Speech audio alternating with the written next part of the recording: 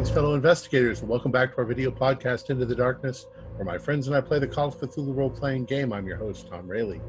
Our campaign is entitled A Time to Harvest. It was written by Brian Sammons, Charles P. Ziglanis, Glenn Owen Barras, and Mike Mason, and it's available on the Chaosium website.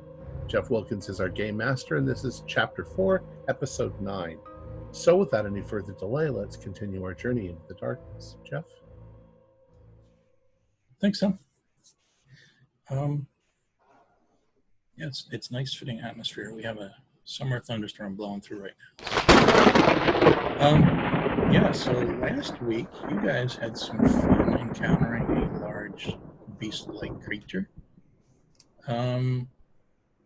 Although it's interesting that you, maybe by plan, maybe not, you all escaped unharmed, other than maybe some sanity loss. But anyway, you followed this thing through the rain, at night, through the woods. The trail was not easy to lose. This thing was knocking down trees, small trees. And you eventually followed it through the woods and ended up discovering that it was, for lack of a better word, guarding, maybe, a cave entrance that you guys were somewhat close to discovering last time. Tug, you managed to distract it with a quick little makeshift bonfire with some gasoline. It caught its attention. It went over to investigate and to stomp it out like a good Smokey the Bear. And you guys managed to slip into the cave. So I'm curious, anybody want to add or do anything before we officially start? Just any questions or anything like that? Well, I'm making sure that it's not going to come rushing over and try to get us. So I am between it and everyone else. And I'm keeping my eye on it.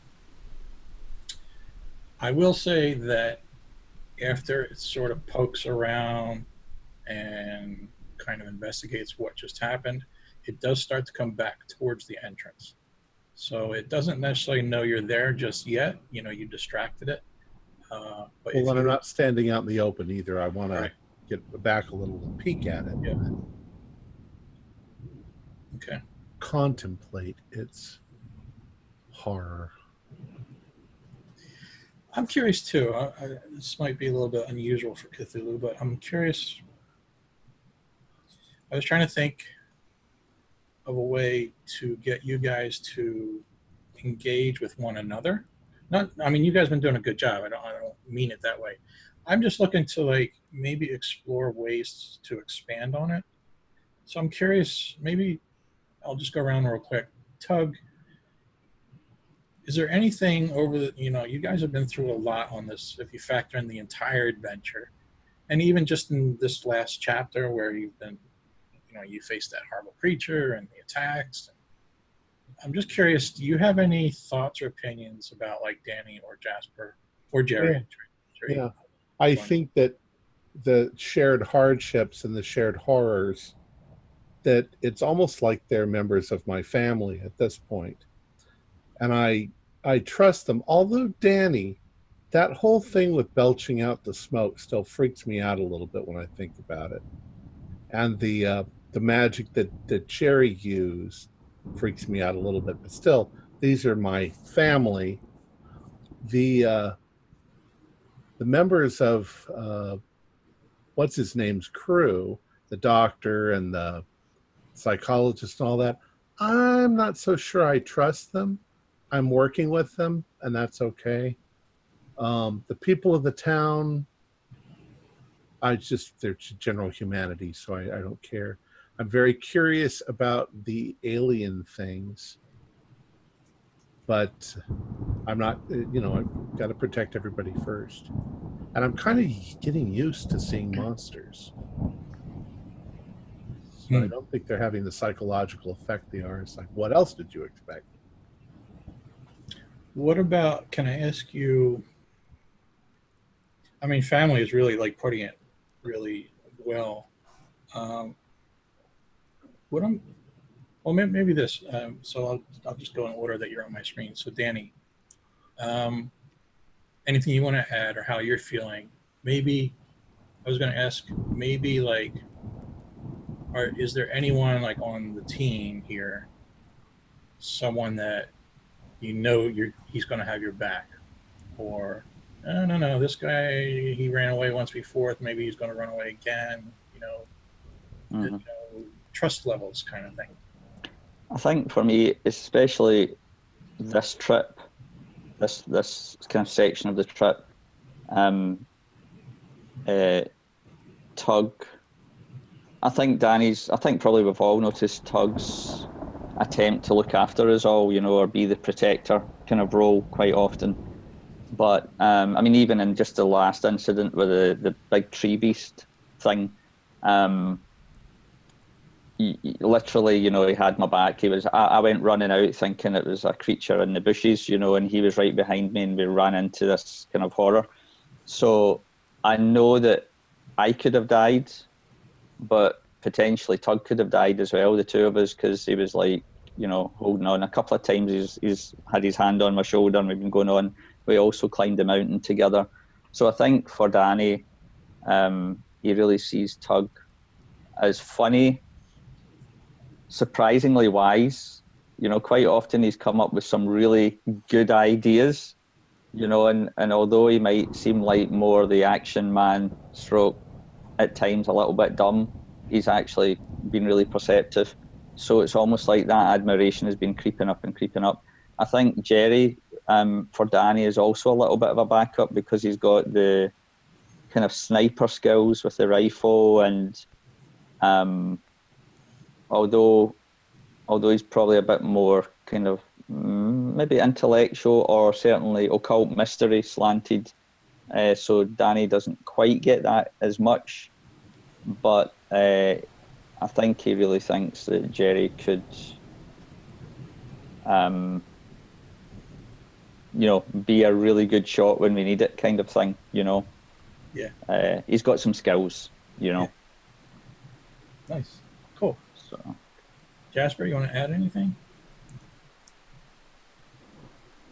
Well, overall, I'm very suspicious of our reason for even being here, and why Abelard has decided to send a bunch of students after this thing. I worry that we could be largely disposable, or that we might even have been sent in as a distraction for another team that we don't know about.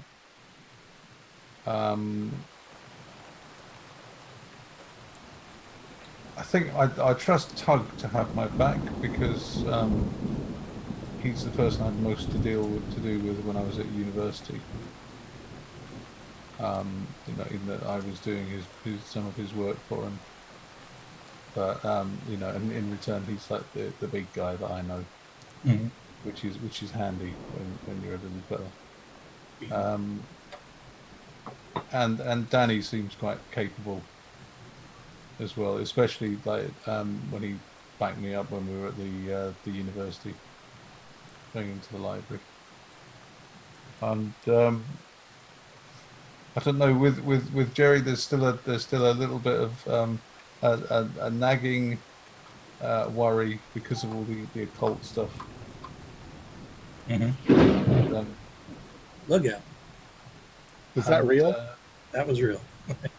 People throwing boxes about, and the gods making noises, and who knows what else will happen. So I genuinely thought that was something falling out of my loft then when I heard that. I was like, is that coming from here or there? So Jerry, I think you just joined in a second there. I was just curious. I want to just go around real quick and get impressions as to the group dynamic. Like how do you feel about the other players? Do you trust them with your life? Do you, suspicious of maybe one, or anything as far as the social aspect of the fellow players that you want to add? Well, Jerry certainly doesn't mistrust any of his fellow students. He definitely mistrusts all of Abelard's representatives and Abelard himself, and certainly thinks we haven't been told the whole story, but also thinks that some of them seem pretty incompetent, even ones who are supposed to be Abelard's agents. So he's not sure if this is some kind of conspiracy within a conspiracy, but more likely we're not being told everything, and Abelard doesn't really have what he needs, which is probably why he has us.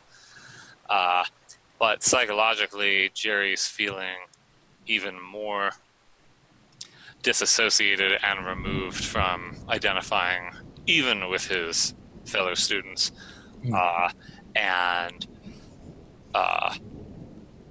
is starting to feel pretty disoriented by the fact that clearly magic works.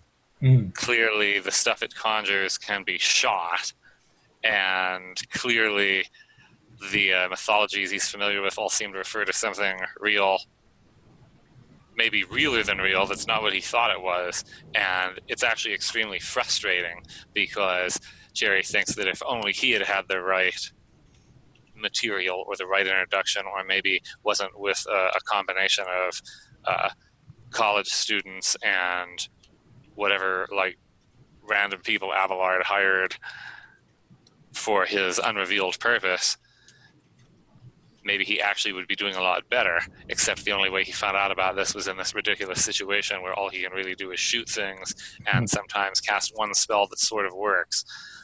But the grenade episode, it's like he feels more competent but more frustrated because of being able to know for sure that the spell put that grenade in the thing's gaping maw, but why couldn't he control it instead, type of thing? Why couldn't he influence it instead? So Jerry's really quite distressed. Okay. All right, cool. All right, so let's come back to the scene then. So you guys are in the mouth of this cave. It's dark. You brought lanterns and lights with you, so if you want, you can turn them on now. It's up to you.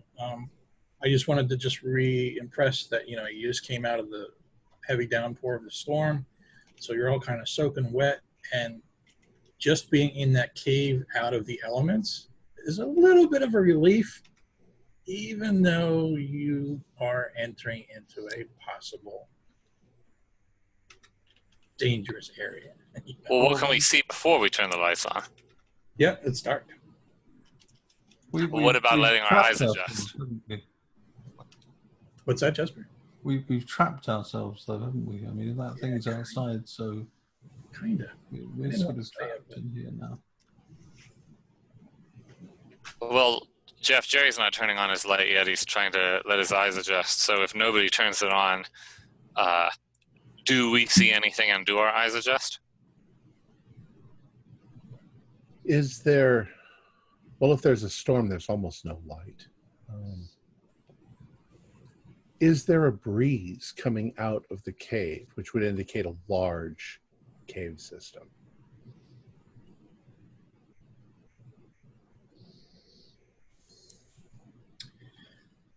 I'm going to say that since you're all sort of still in the entranceway with the storm outside, that it's going to be hard to determine. It's hard to tell. So maybe once you get further in, you can ask me again.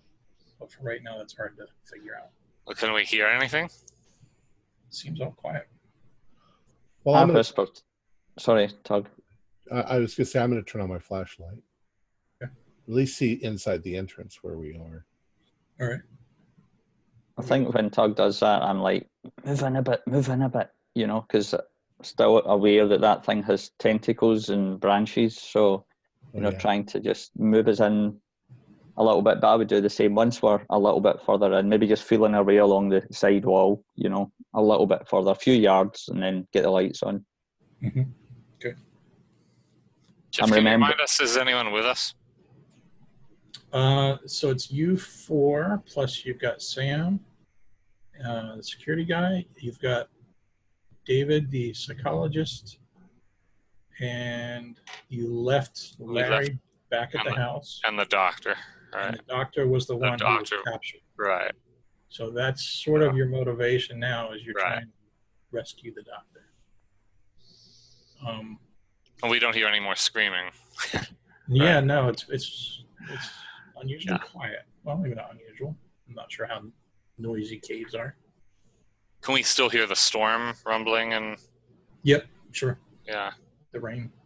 When we turn on our lights, are we in a corridor or in a room? Give me 1 second. Just. Yep. Okay. So when you turn on your flashlight, the first thing, like you said, it's you were waiting for your eyes to adjust, and then suddenly the light comes on, and it's like, ooh. So there's that brief little, everything is really bright.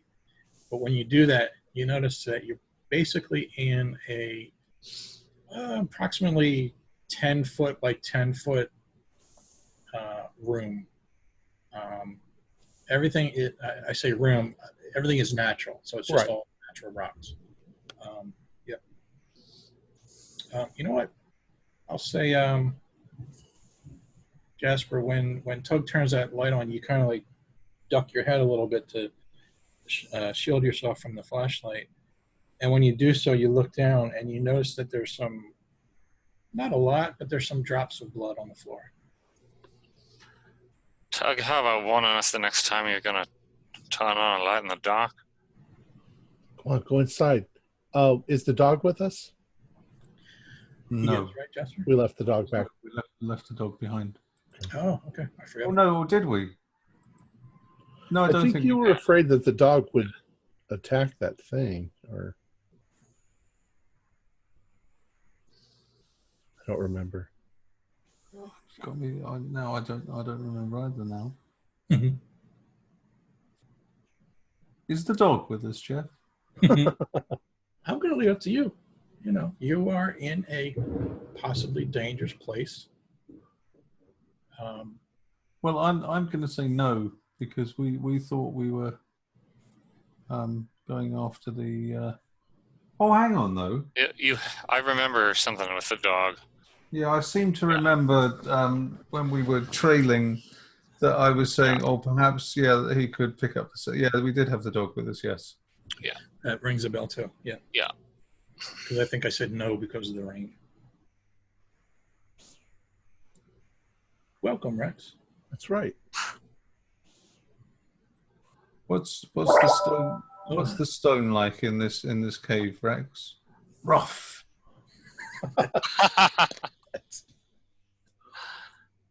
It never gets old. It doesn't, does it?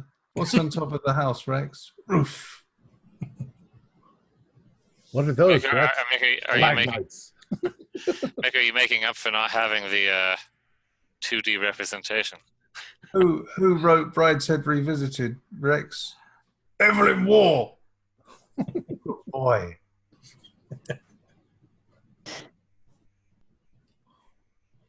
Is there anything in this space then? Is it literally just an empty space?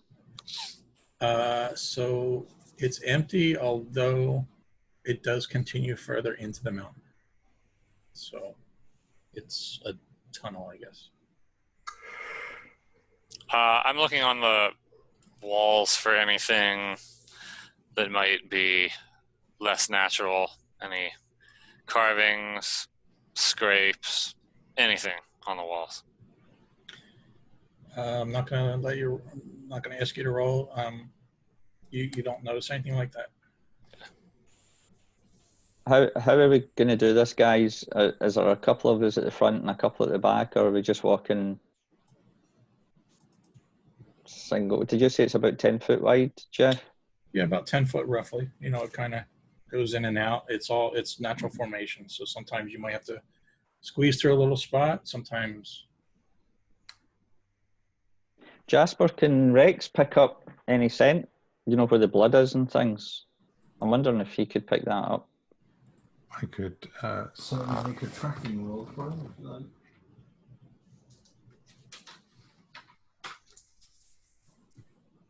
Oh yes, 13 out of 60. He's definitely, he's got his head down. He's definitely on the trail of something. Okay. Yep. So you guys are going to go further in? Yeah. I've got the pistol out.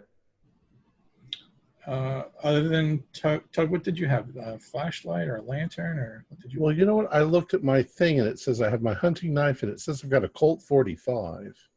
Mm-hmm. I think you grabbed that on the way out. Yeah. So other than those two things and my flashlight. Flashlight, okay. And my nerves of steel. I've got a Thomas gun. Strapped around here. It's like a Tommy gun, but more formal. It's because you put that strap on it. You made that little strap. Yes, it's a tweed strap. Maybe you should go first, Jasper. I don't want that poking behind my back. Jerry, Yeah, I'll give him what for. See. I remember you grabbed a Tommy gun last time too. Do you still have that with you, or did you? I gave that to Sam. I wanted nothing more to do with that. I have a hunting rifle, a pistol, and my stable mental condition, much like Tug's nerves of steel. Mm-hmm. Okay. And so plenty of ammunition. Oh, and we all have it. Do we not all also have a grenade? I believe we do. I believe so. Yeah. I wasn't. Each of us. I believe each of us has one grenade. Okay. Could I caution the other members of the party about the logic of employing grenades in a cave system? Right. Well, thank you for reminding us of that, Jasper, with your expertise in ordnance. Right, guys, let's press on. See if we can find this thing. Rescue the doctor. You said we were in an area about 10 by 10. Are there passages leading outward? At this point, it's pretty much a straight. You know, it's natural, so it's windy. But it's generally straight leading. I'm going to say, for your reasons, just so you guys know, Tug/Tom is going to try to do a sort of mapping thing. So I might give just some basic information. Can we pretend like north is up and south is down? Yep, that's what I was just going to say. All right. Yep. So which direction? You're basically heading north. Okay. And for the sake of the argument, you're heading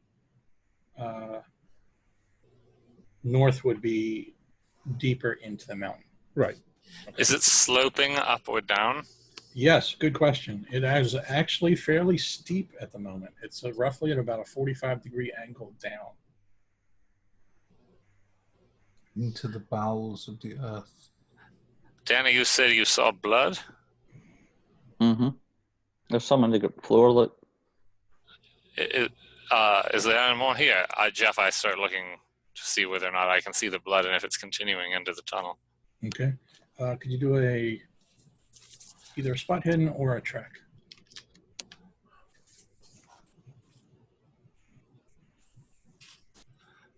No, I could. Well, I don't know. I rolled a 99.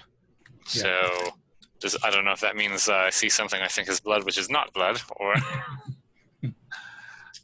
or maybe it's just that you came in from the storm and your clothes are still dripping and what is this here? Is that here, Danny? I think I'm standing right in it.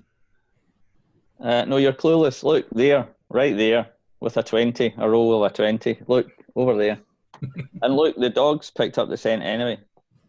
Let's go, Jasper. Get there. Good boy. Tug, are you going in front with your torchlight? Yeah, at the moment I'm in the back because I'm between the monster and you. But now that we're inside, if you want first, I'd better bring up the rear. I'm so wet, I'm ruining the trail. So I go take up the rear. How is the temperature? Is the temperature like 54, which is normal cave temperature? Mm-hmm. Yep. Okay. So let's do that real quick. Let's go through a little marching order then. I'll say you can easily fit 2 by 2, 2 people wide with no issue. So Tug's first. Anybody want to be next to him, or do you want to stagger it, or let me know?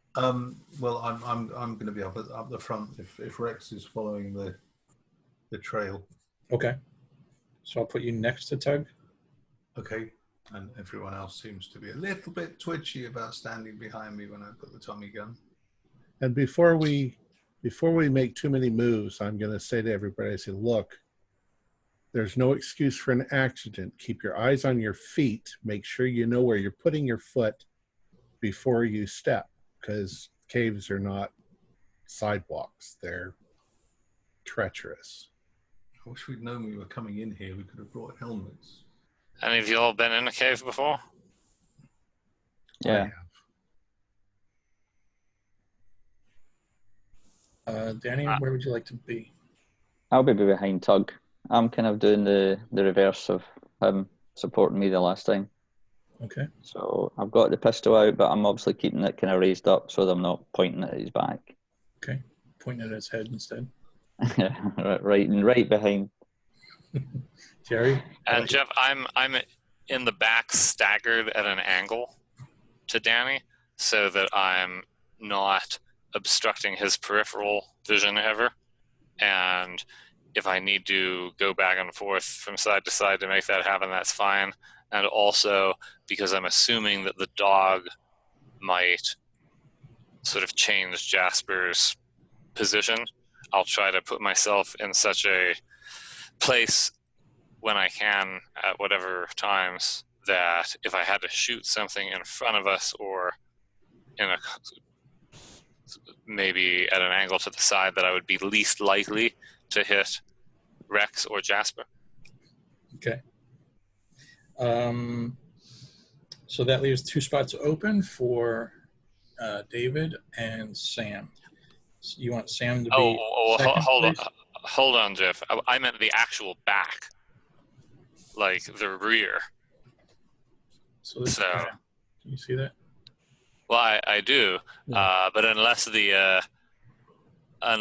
Sam and David are particularly eager or insistent about bringing up the rear, my intention was to actually bring up the actual rear, especially because I have a rifle, so it's a more ranged weapon.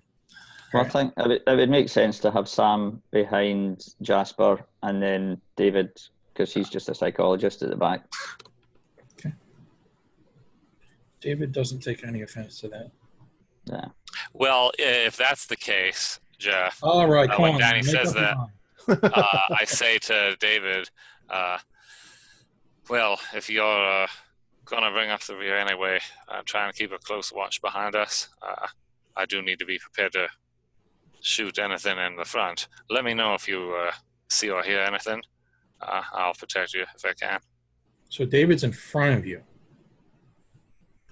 Once Danny suggested he ought to be behind us, I went along with it and suggested David keep a watch on the rear because I'm prepared to actually shoot things. So, right, so David is the lookout now, as long as he goes along with it. David's behind you then. As SpongeBob said, 5 hours later. 5 hours later. Yeah. Are we ready to proceed? Everybody say I'm ready. Ready. I'm ready. Yeah, so you guys make your way through this cavern. It's a little bit tricky. I'm not going to make you roll. It's just a natural cave system, so there's not, you're not walking down the sidewalk. It's fairly good incline, 45 degrees angle. It's pretty steep. Jeff, I remember to ask if David is armed. Yeah, I think I didn't write it down, but I'll say he grabbed one of the pistols at the very least.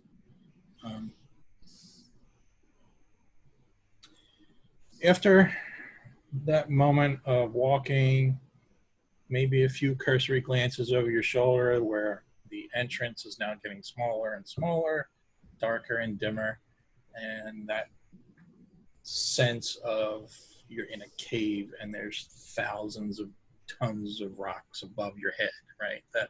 That moment always hits everybody once you start entering a cave. And the fact that you're going down is another So at some point, the cave sort of, what's the right word? Changes. The walls, even the floor changes from what seems to be natural to unnatural. Meaning, looks like it's been carved out of the rock, maybe, or like a tunnel, man-made or possibly other-made. Been worked, yeah. So, yeah. Oh my God, guys, this isn't natural. This is definitely the right place. Does the floor flatten out? Is it smooth, or are there tool marks? Good question. At approximately 250 feet is where the texture changes. So not only does it change, but it also starts to now level off a little bit. You still get a sense of maybe a slight downgrade, but generally speaking, it's not that steep 45 degree. How long have we been in here? Let's say 20 minutes, if that. 250 feet doesn't take long. Does it smell any different down here? Yeah, another good question. So back to what Josh was saying, yes, the floor seems quite smooth. Not necessarily marble, slippery smooth, but, pretty smooth and level. There's not a lot of obstacles. Right. To trip us up. Yep. Definitely. The smell is a mix between mold, mildew and moss. So sort of an outdoorsy, almost like if you were an old pile of leaves that you raked a long time ago, and you lift up the leaves and you get that earthy essence. Do y'all smell that? Yeah. What about the shape? Is it a uniform shape? Almost exactly. It's almost exactly a 10 by 10 square. Square? 10 foot wide, 10 foot tall. Ooh. These must be aliens, because aliens have done this. I thought you were going to say, because aliens always do everything by 10. You're the geologist, Tug, but is there really anything about this artificial structure that suggests it's not made by humans?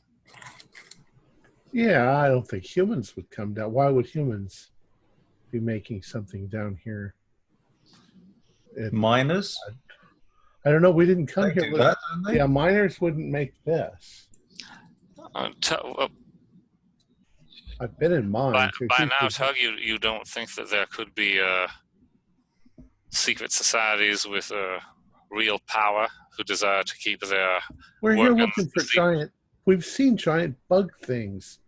This has got to be where the giant bug things live. Well, I suppose by now it's as likely as anything else. I don't know. You think there could be? I didn't think about cults. We did have. I thought the cults were all made out of children. Well, we've got no real choice. Maybe they made children dig it out. That thing's behind us. This is limestone, so it should be easy to cut. I just hope there's not an army of them down there. Let's keep going, guys. Well, considering they practice human sacrifice, I really don't think they would shrink from child labor. Well, there's not much outside access, so we're in a tunnel that's square. If they start coming at us, get the Tommy guns in the front and just start clearing the way, because they can't get around us here. Tug, could you do a spot hidden, and I'll give you a bonus. 33 and 37, and my spot hidden is 30. Can I spend 7 luck? Or 3 luck?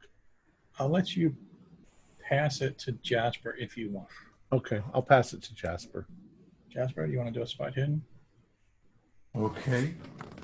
And I'm not going to give you the bonus. Well, 12? I said well, like that. Oh, well, Sort of, okay.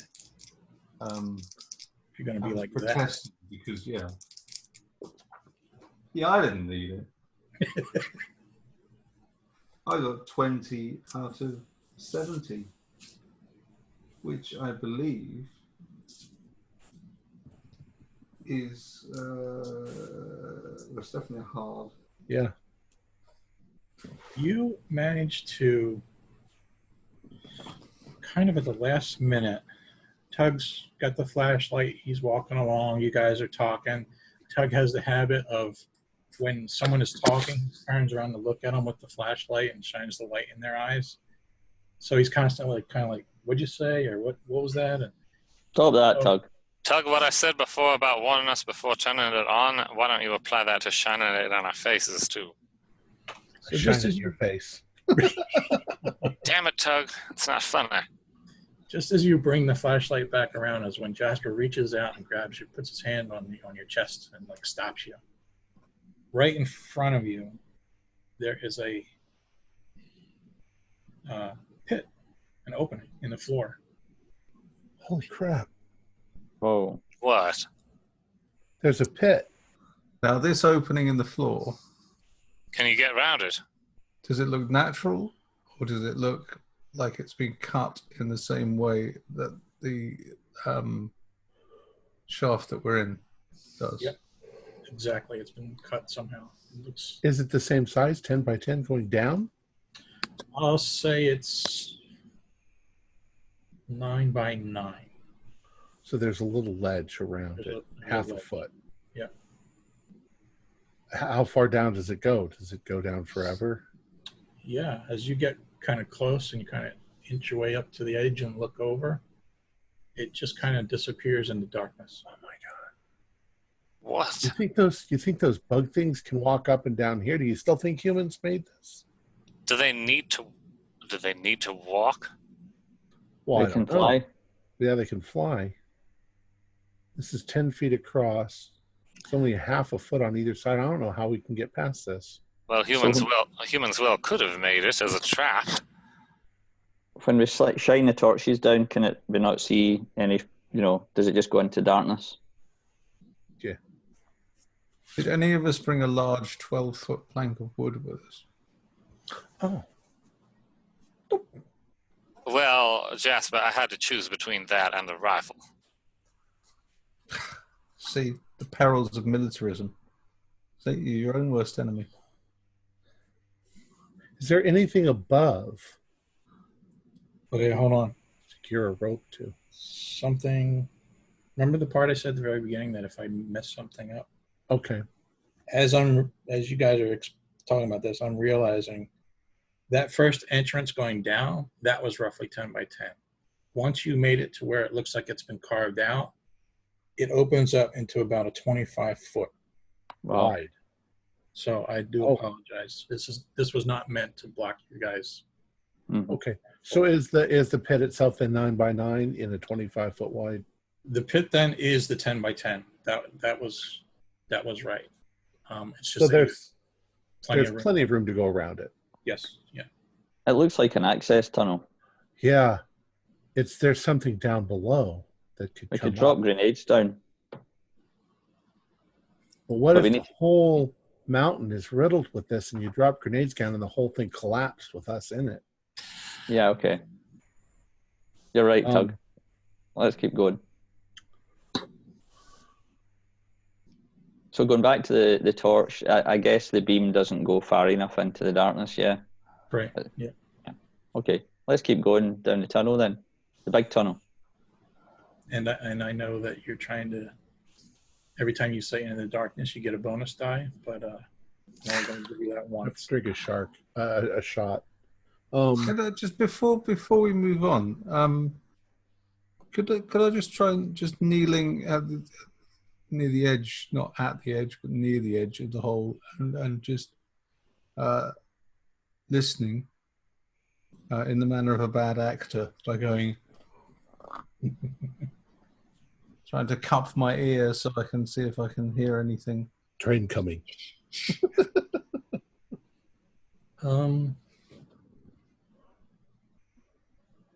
It is surprisingly just quiet. You pretty much are just hearing yourself breathe and the people around you moving and shuffling about.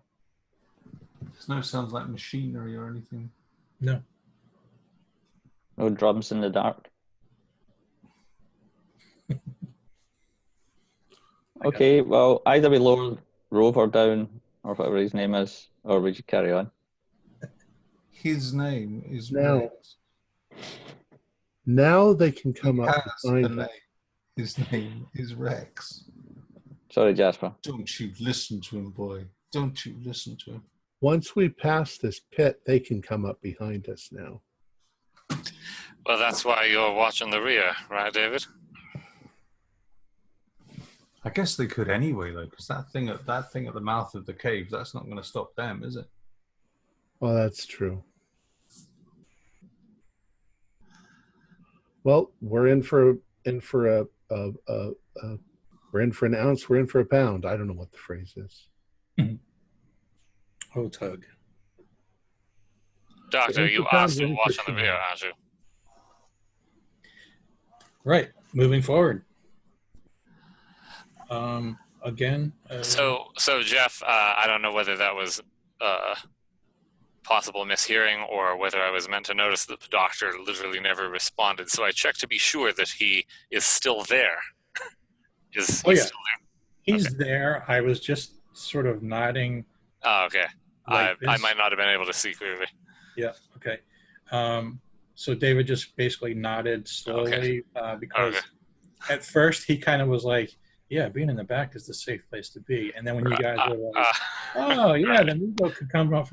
Now all of a sudden he's like, wait, I'm not so sure I want to be in the back here. Jerry thinks that a nervous, hyper-vigilant person in the back is good.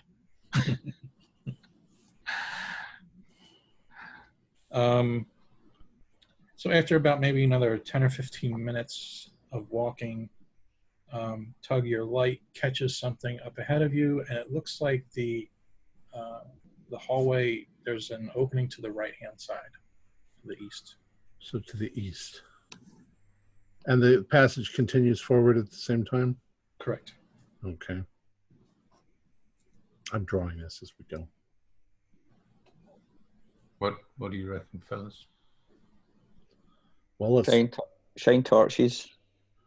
Well, let's go up really carefully and peek around the corner rather than just step forward. What about Rex? He's been following this trail of blood. Mm-hmm. Which direction is he interested in going?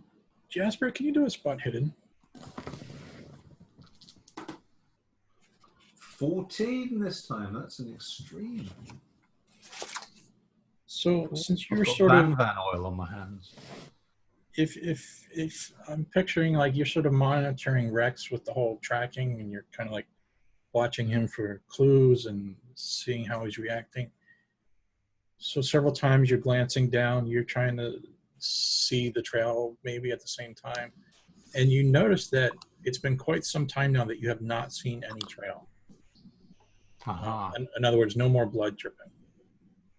And there's no disturbance of the ground. If you're saying the ground's quite smooth, then it's not going to. Is it smooth in that it's cleared of dust as well? Good question.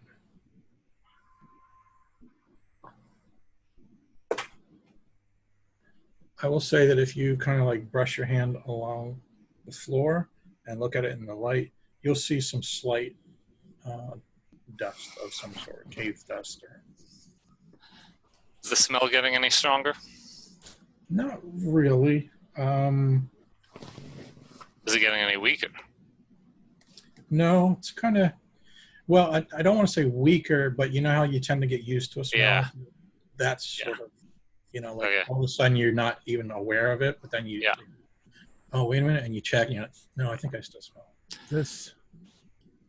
This far into a cave, you wouldn't expect there to be anything organic, but we're smelling an organic smell, so there's something alive down here. There's no sign of mold or mushrooms growing anywhere, are there? Not except for the ones that probably made it, or at least forced the child cultists to dig it out. Jasper, does Rex still smell anything else? Do you think? Is he still on the trail? Jeff, does Rex still smell anything else?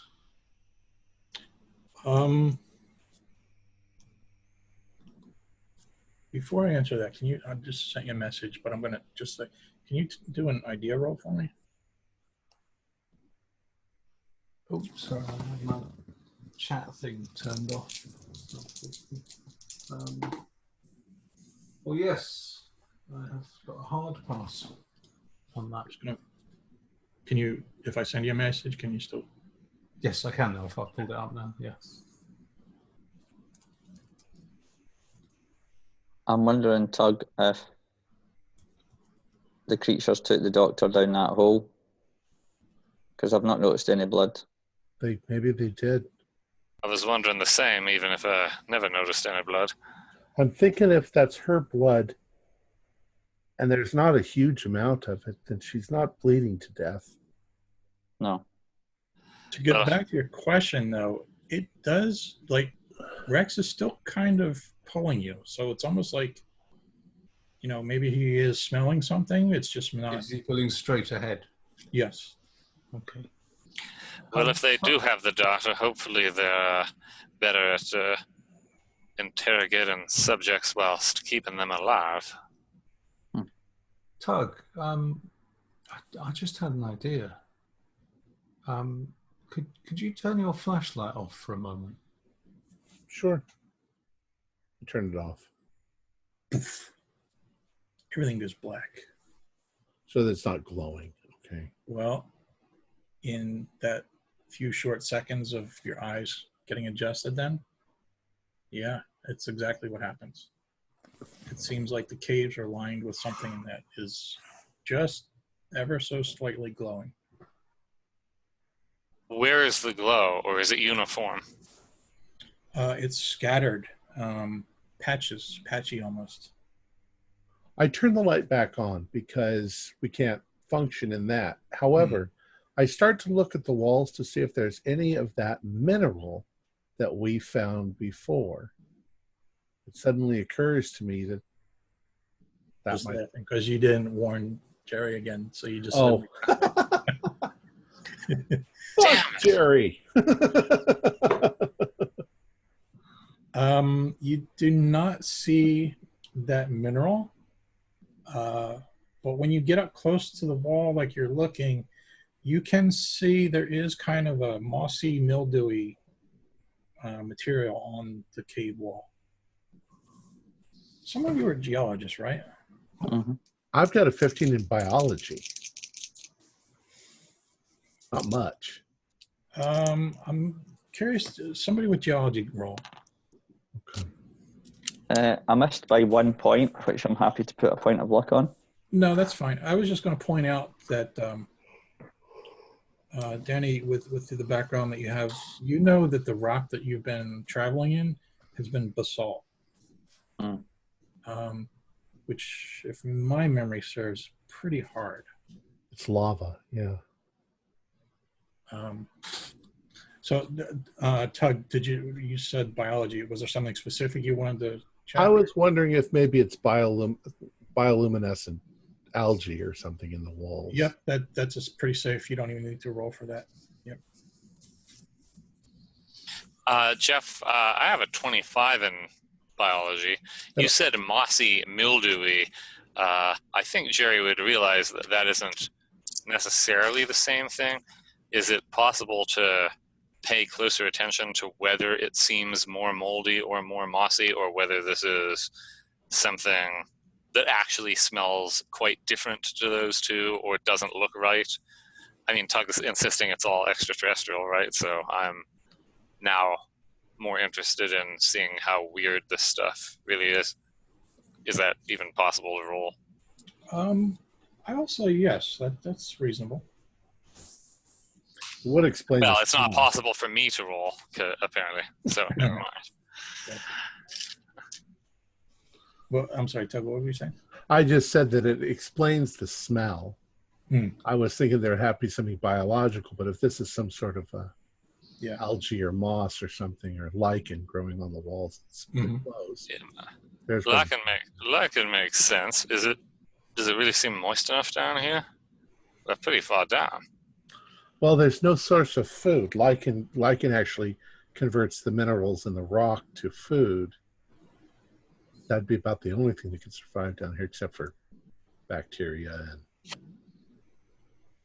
unless it's adapted. Well, that only makes sense so far. I just wonder about the water source, or if there even needs to be one. The air is Jeff, probably moist. Yeah, Jeff, does it feel still pretty moist down here, or is it drying out, or what? Or can we even tell? Have we got too used to it to know? So in character, those of you who have been in a cave before, should a cave system be moist or dry? Moist. Okay. I think if there's, well, this has been carved out, but if there were any stalactites or stalagmites, they're made out of dripping water. So I'll just say this then. It seems very humid. And chilly.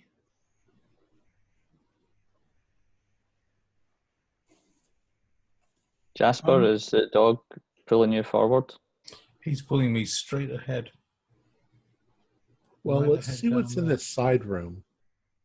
So I'm going to peek around the corner. Okay.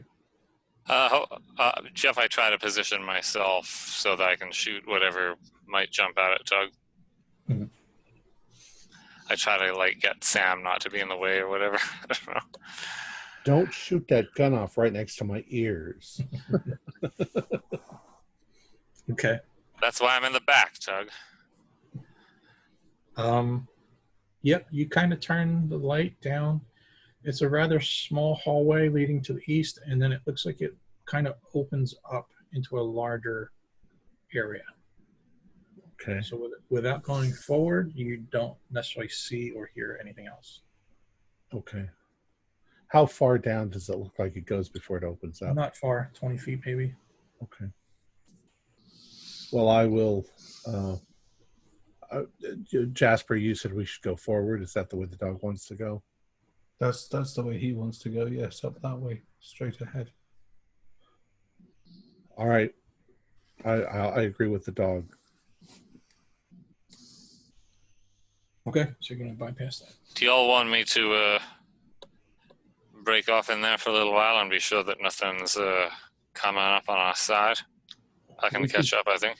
We could get really lost in here. So All right, well, I'll at least look at it real hard while we pass. So, Jeff, that's what I'm doing. I'm not going to lose the group, but if I have to step a little bit into it, I just want to take a hard look and I'll listen to be sure there's nothing moving around in there. Yeah, I'll shine my torch in as well, just to kind of cover a bit more area for Jerry. But, Doctor, keep your eyes behind the rest of us. I think between Danny and I, we can see if anything's too close at hand in here. Okay, so if I'm not mistaken, are you guys splitting? You guys are staying off in the side? No. No, we're out at the junction. Yeah, but Okay. yeah, so we're really just taking a look in, and yeah, we're just taking a hard look in, and I won't lose sight of the rest of the group. But if I have to walk 5 feet in to get a better look, I will. All right, I'm gonna say, could you do a? I'm asking for a spot hidden line. And Danny, if you want, you can do a spot hidden. yeah, it's a success for me. Yeah, I got a extreme success. So Danny, your light is kind of going into this like I described the tug, it looks like the hallway opens up. So it looks like maybe a room or another cavern type area. And your light catches a reflection of something that's in the room. It's not moving. It's not making any noise. It's just there's something in that room. Jeff, does my extreme success reveal what it might be?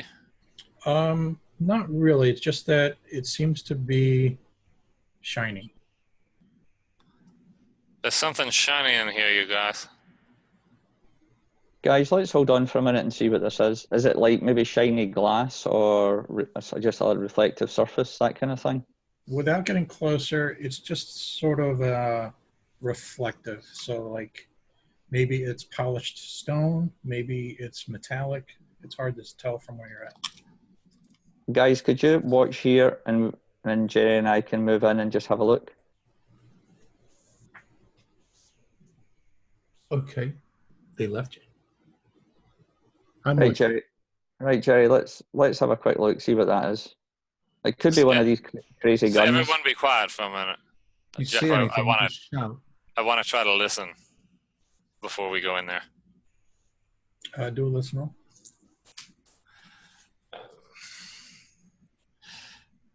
Success.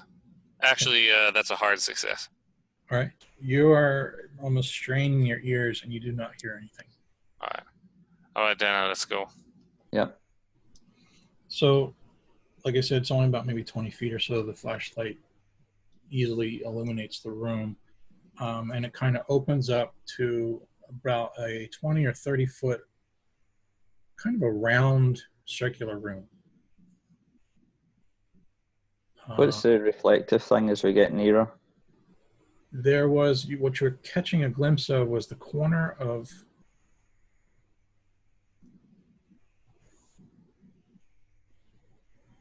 like a device of some sort. Rather nondescript. It almost looks like just a metal box, but it's big. It's like 10 foot by 10 foot big. What is that?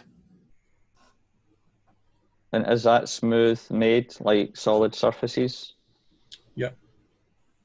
Jeff, why do you say device? Is there anything about it other than that it's a big box?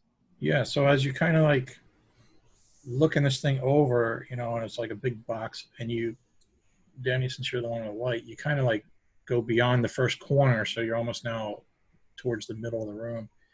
And on that side of the box, there's almost like a control panel, like a little cut-in that's got some buttons on it.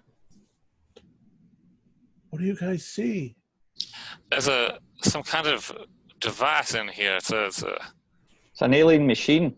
It's a big metal box with buttons on it and one face. Jeff, I take a real close look at the control panel. I think it's some kind of control panel. Like a spaceship? I have no idea. I'm trying to make some sense of these controls. I don't see why it would be a ship if it's a box affixed to the floor. What if it's an elevator? Or maybe that would at least make some kind of sense. I'm scanning around the room with the torch to see if it's connected to or relating to anything else that might be maybe against the walls or anything. Is there any other objects in the room, or is it just that? Just that. And Jeff, when I'm done looking at the control panel, my next thought is to try to look for any differences in any other face, but I really do want to look at the control panel first. Mm-hmm. Okay.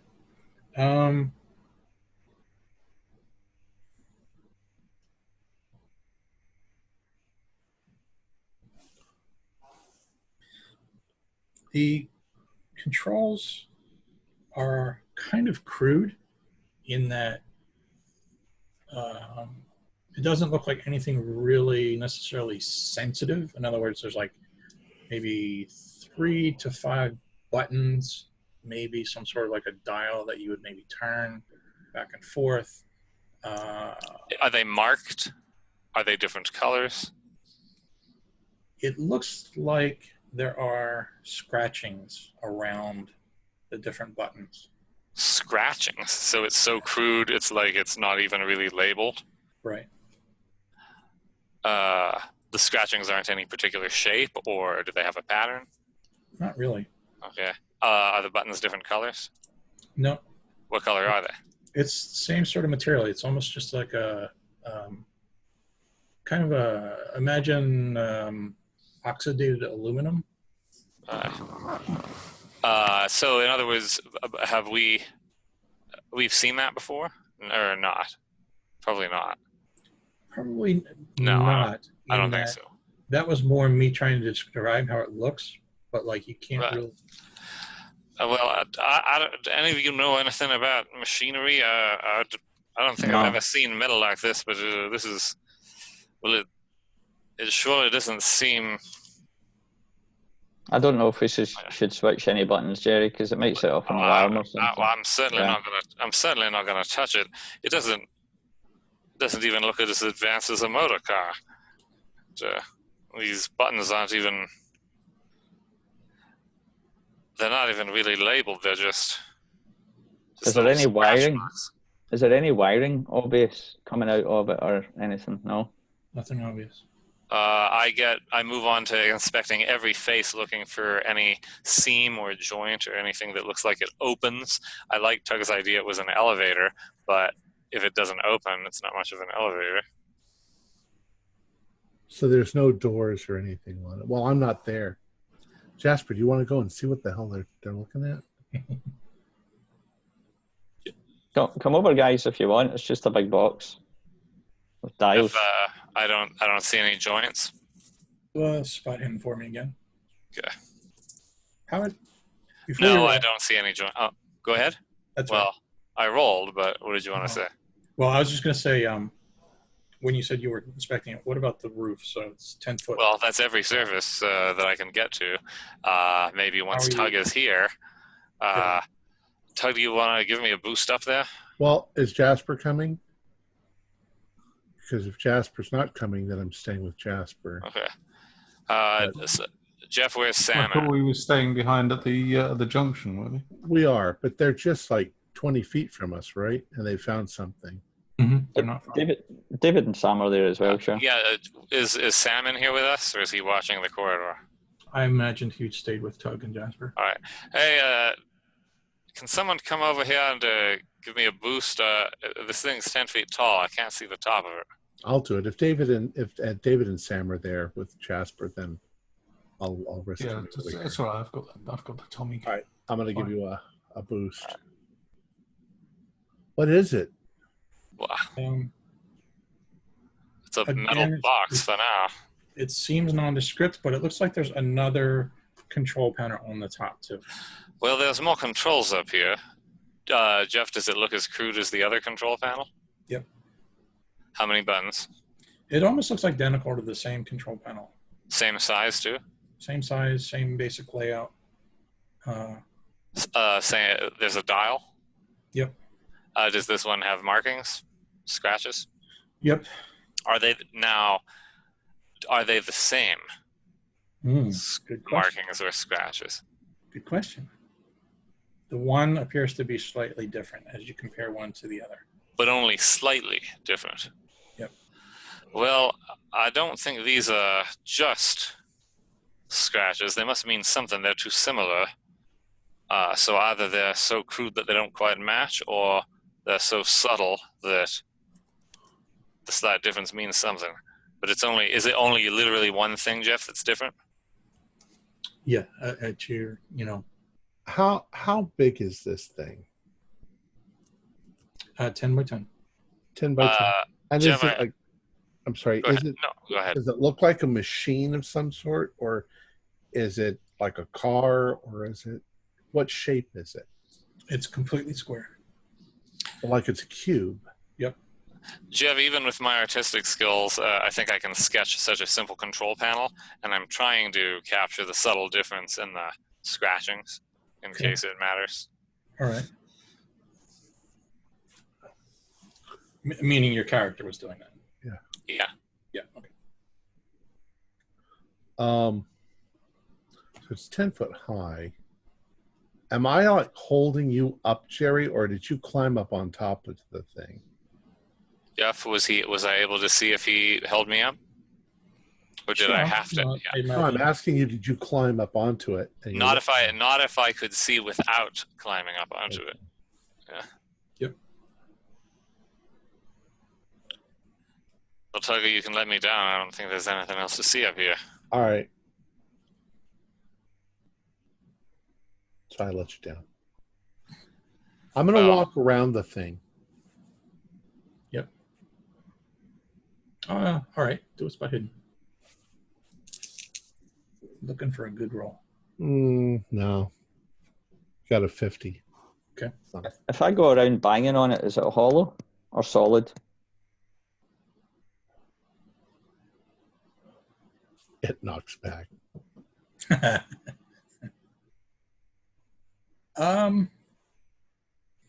It seems like a very dense metal, so it's really hard to judge whether or not it is in fact hollow or not.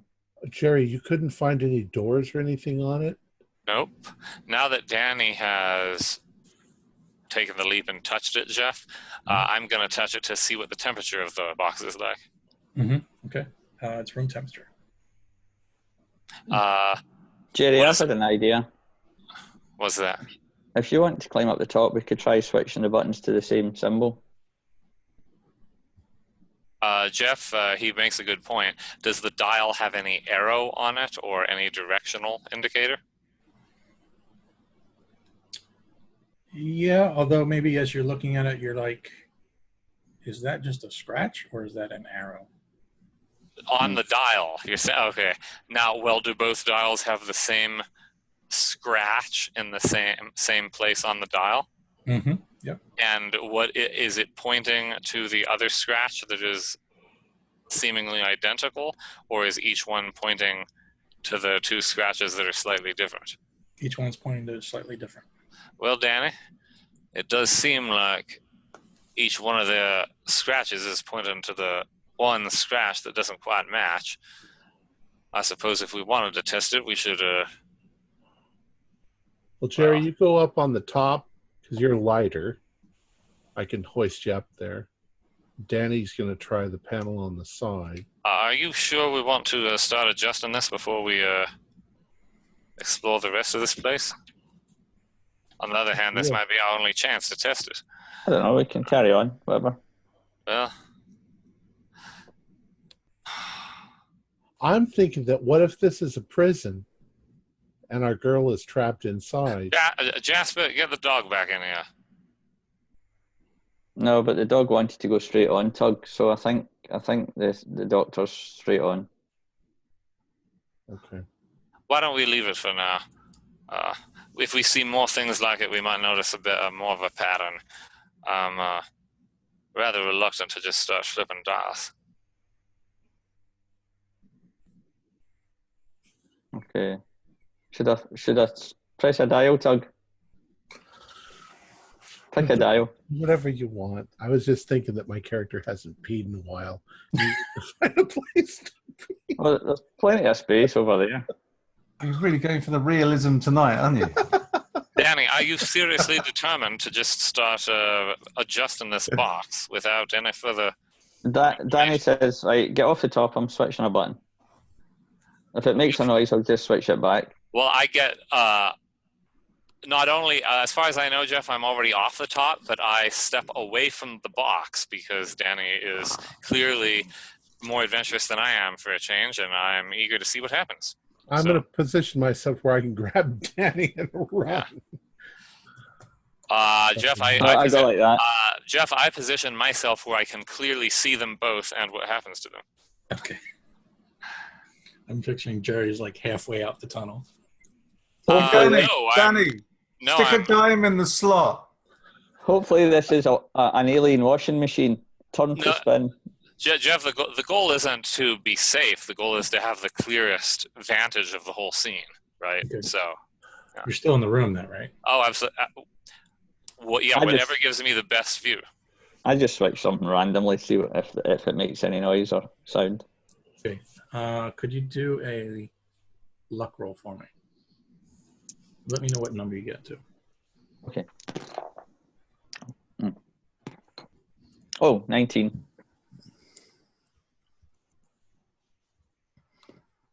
Is it an alien roulette table?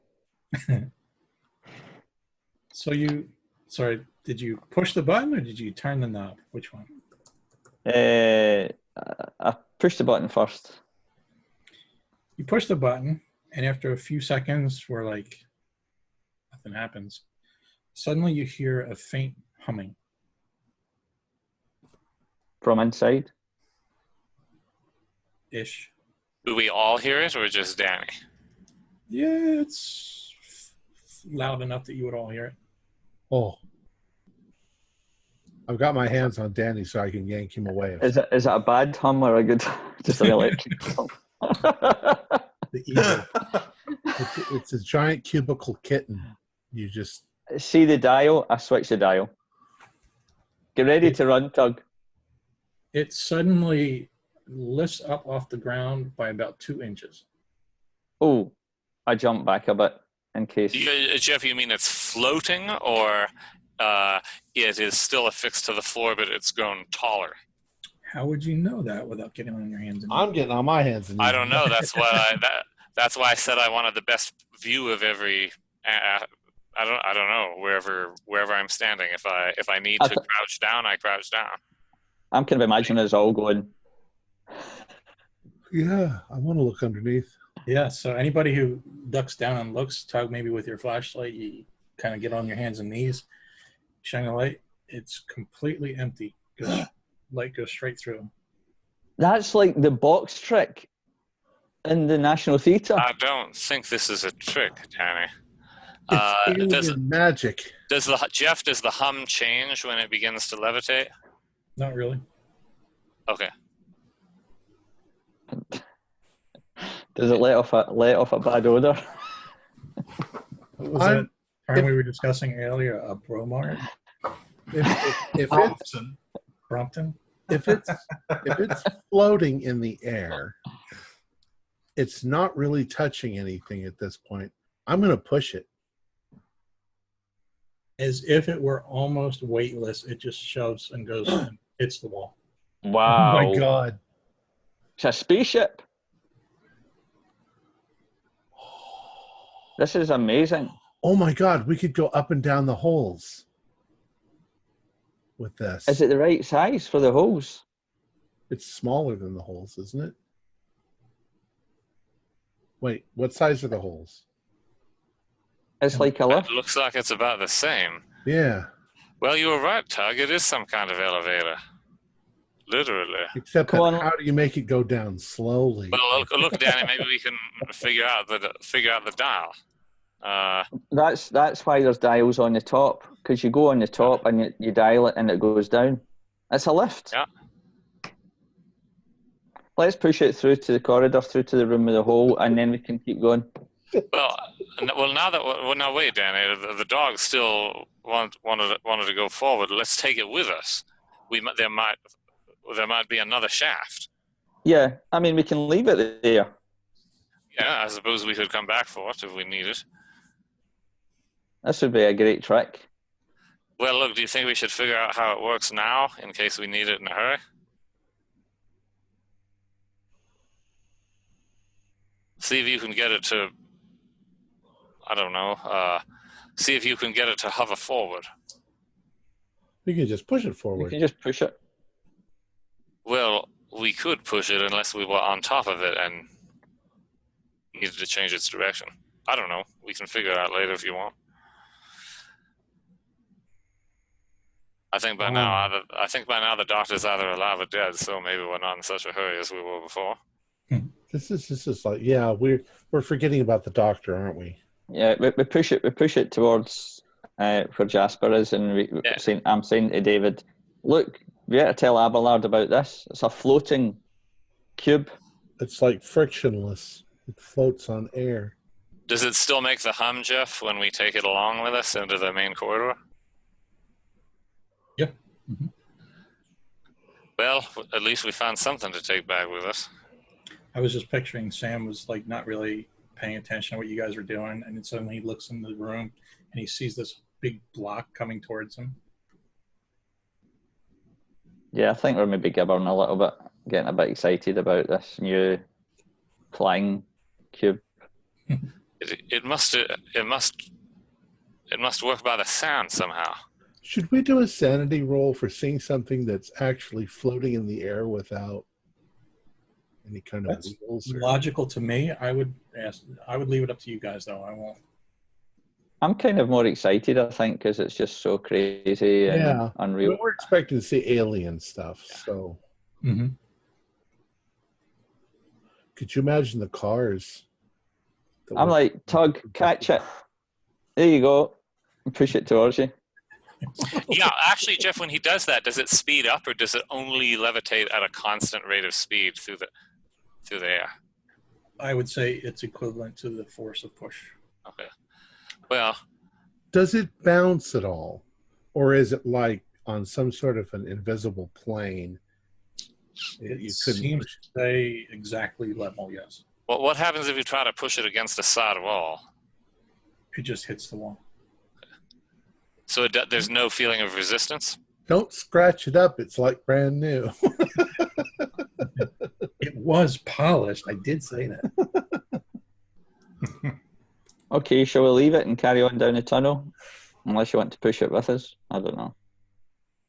Yeah, but you know, if something's coming at us down the tunnel, we can push this thing towards it. I wouldn't mind taking it with us. Do we really want to have to? We could find a shaft a long way from here. We don't want to have to go all the way back for this. Well, we can't take this out with us. Is it too big for going down the tunnel, Jeff? No, the 25 by 25 is the width of the hallway. So there's. Jerry, you could climb on top of it with your rifle. Let's just push it out into the hallway and push it along. Actually, Dana, that's a rather fine idea. Can I do that, Jeff? Does it give me okay, I totally do that. You would just have to get a boost from Tug to get up on Sam, I hope you don't mind giving me a push every now and again if we need it. Now, I look at the settings on the dials on the top just to be sure I remember their original setting, and I also make sure to see what's changed on the setting on Danny's side. What did Danny change in the dial? I'm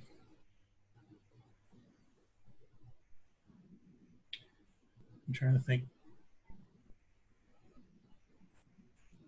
I'm going to say you weren't standing right next to Danny when he did that. So the only thing you can tell really is that you know he pushed the button. Yeah. Which one he pushed. There's more than one. And you know that he turned the dial. But you don't know if he just like...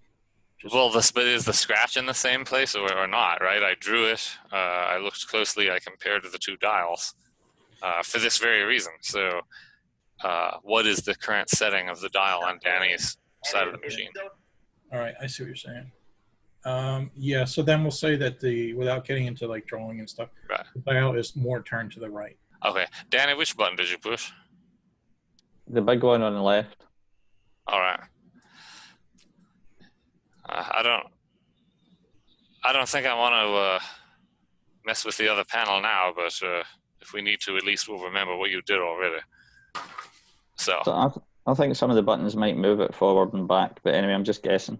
That sounds as reasonable as anything else about a artificial tunnel this far into a mountain. So yeah, Jeff, guess I'm in sniper position now. Okay. And you've tasked Sam with driving giving me yeah. Pushing you along in the shopping cart. Yeah. Come on, make yourself useful, Sam. Come on. Sam has no option other than to push, which means he won't be able to see where you're going. Well, I can see where I'm going, right? Okay. Well, I guess you could stand right at the corner. Try another button, Jerry. That must control it. Try another button, because you might be able to kind of drive it. Yeah, I'm keen to see if I can actually. So Jeff, let's see. He pushed the button on the left, and it went up.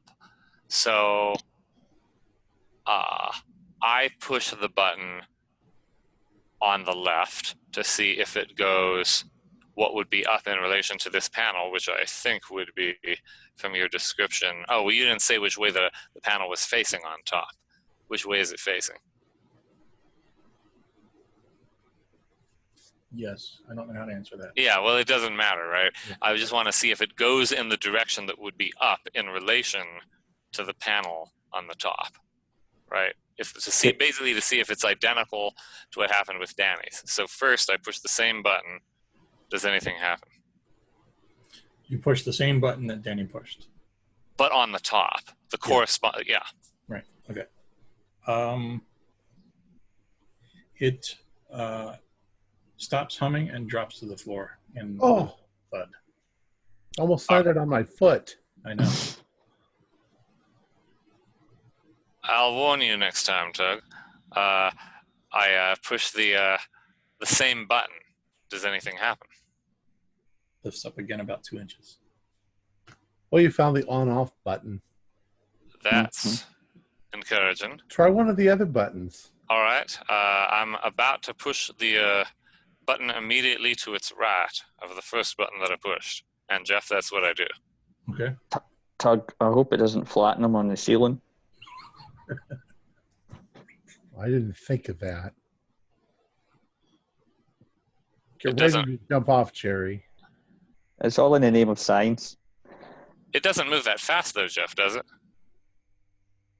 Well, you've only turned it on and off, and when you turned it off, it dropped. So that was pretty fast. Right. That's shutting it off. In terms of when it levitated, it didn't go zhunk, right? It just kind of... Yeah, it only lifted up about that high, so it was kind of... Did it make a hideous loud noise when it clunked to the floor? It felt... it sounded like it weighs a lot. Okay.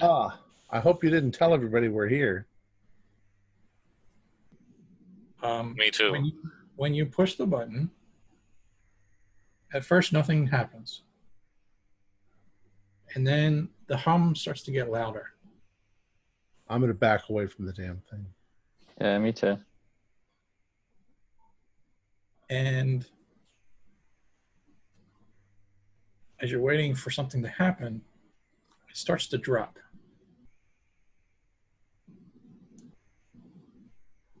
I told you it's like a lift. Yeah. What happens? Will it ever touch the floor, Jeff, or will it just hover just above the floor? As you're kind of waiting for that to answer, it goes down, it hits the floor lightly, and it keeps going. What do you mean?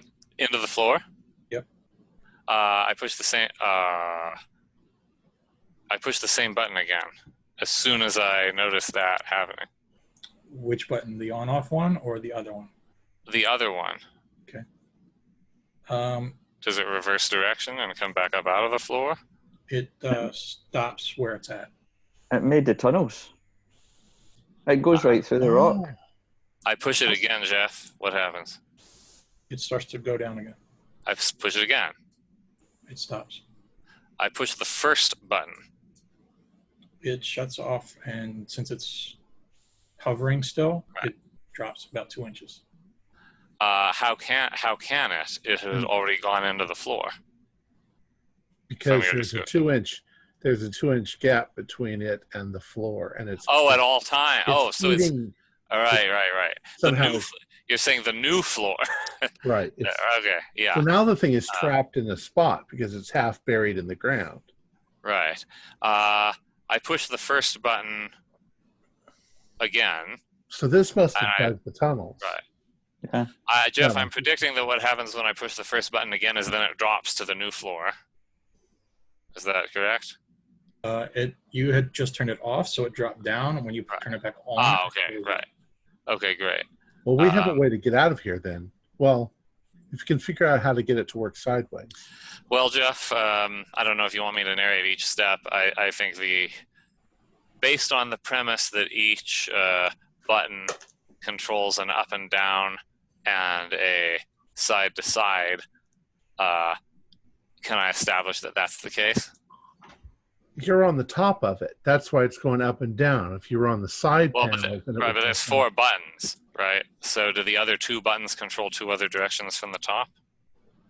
There's more than 4 buttons. There's 5 buttons. Ah, right. Well, so if one's on off, then maybe the other 4 buttons are directional. Are they? Maybe. Well, there's a 3rd button. I try it. Self-destruct.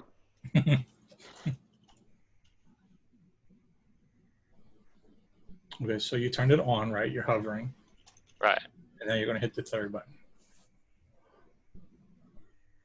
Yeah. Yeah, obviously one of them also needs to get me back up out of the hole, I would assume. I would say you're only about a foot below normal floor. Right. Right? That's good. I'm not like in a shaft or something. That's good. But I still want to test the other buttons on top.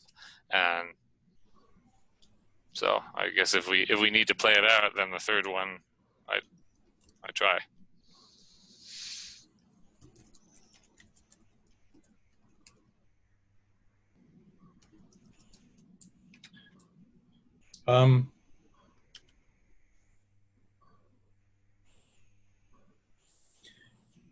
You hit the 3rd button and you hear kind of like something is clunking around inside or banging around inside. Like imagine like a shoe in a washing machine or a dryer. Well, that's a difference. Like it's kind of a loud racket.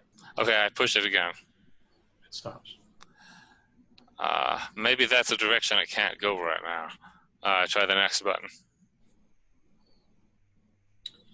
The panel opposite, so like the one side had the control panel again. Right. The panel or the side opposite that cube, right. It starts to open, but because you're about a foot in the ground, it hits that wall. Okay, I push it again. It closes. And there's 1 button left? Yeah. I push it. Nothing happens. You got it stuck in the ground. How are we ever going to get it out? The other panel, I think, assuming they correspond, we can now discern what each one does. But Jeff, even though nothing happened, I pushed the button again anyway, just to be sure it's back to whatever setting it was before. Mm-hmm. Well, Danny, you want to try the same thing in the same order on your side? We need to get this back in the corridor at least and out of the floor. Okay, try and mess about with it. Just different buttons, Jeff, to see if we can get it out of that hole. Okay. You're still on top, Jerry? Yeah.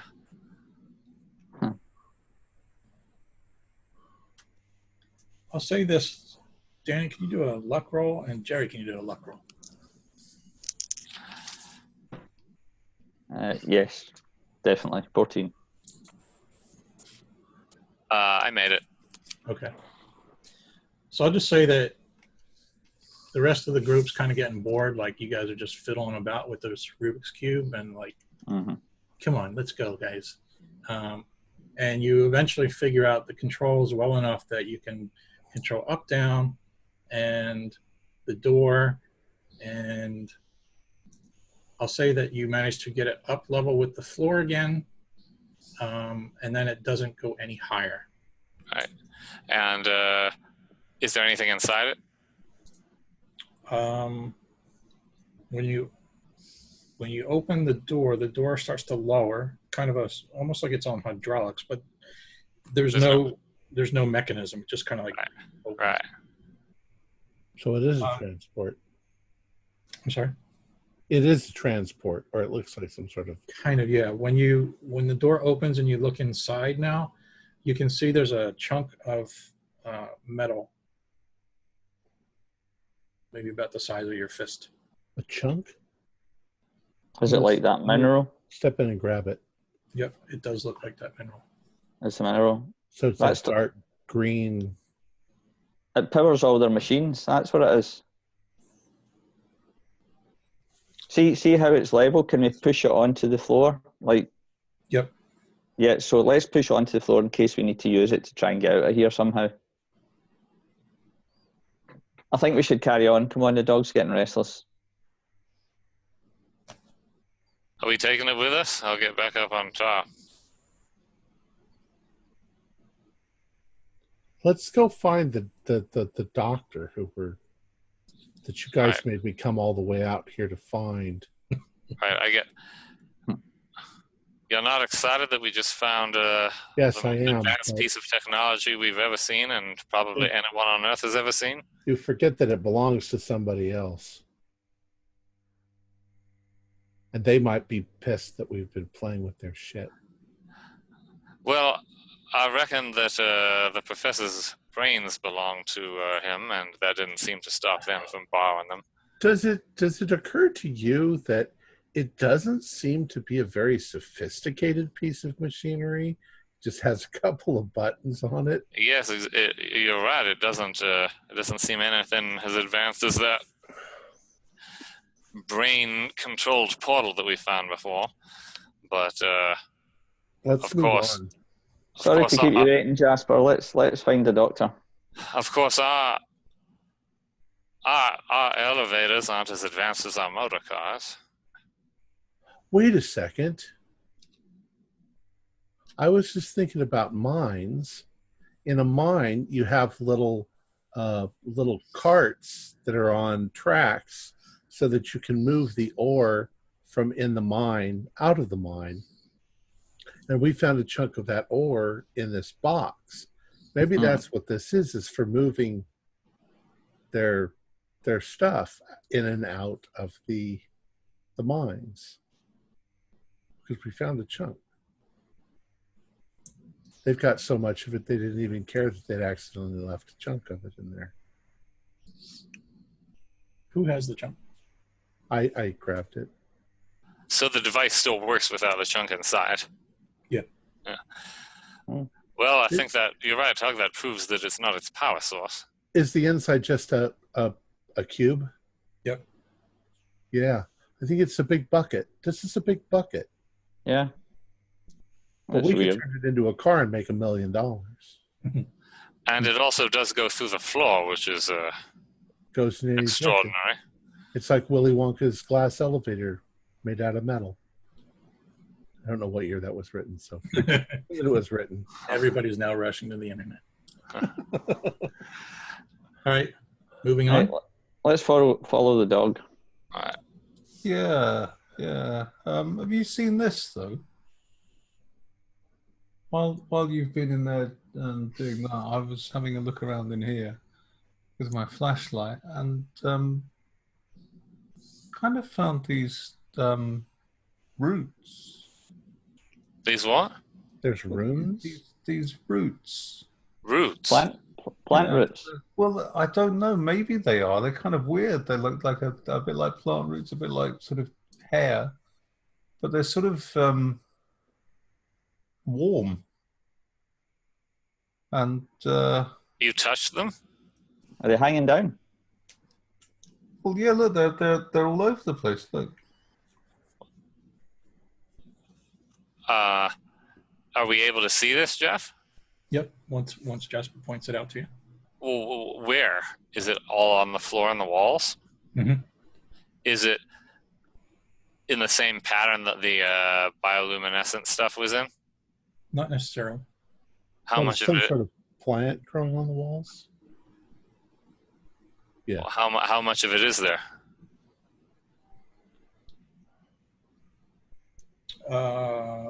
It's not sure what you mean. Well, I mean, are there like a few growing out of the wall, or is it like grass, or how thick is it? It's very thin, and that's why Jasper didn't. That's why nobody really saw it. Right. Jasper found it.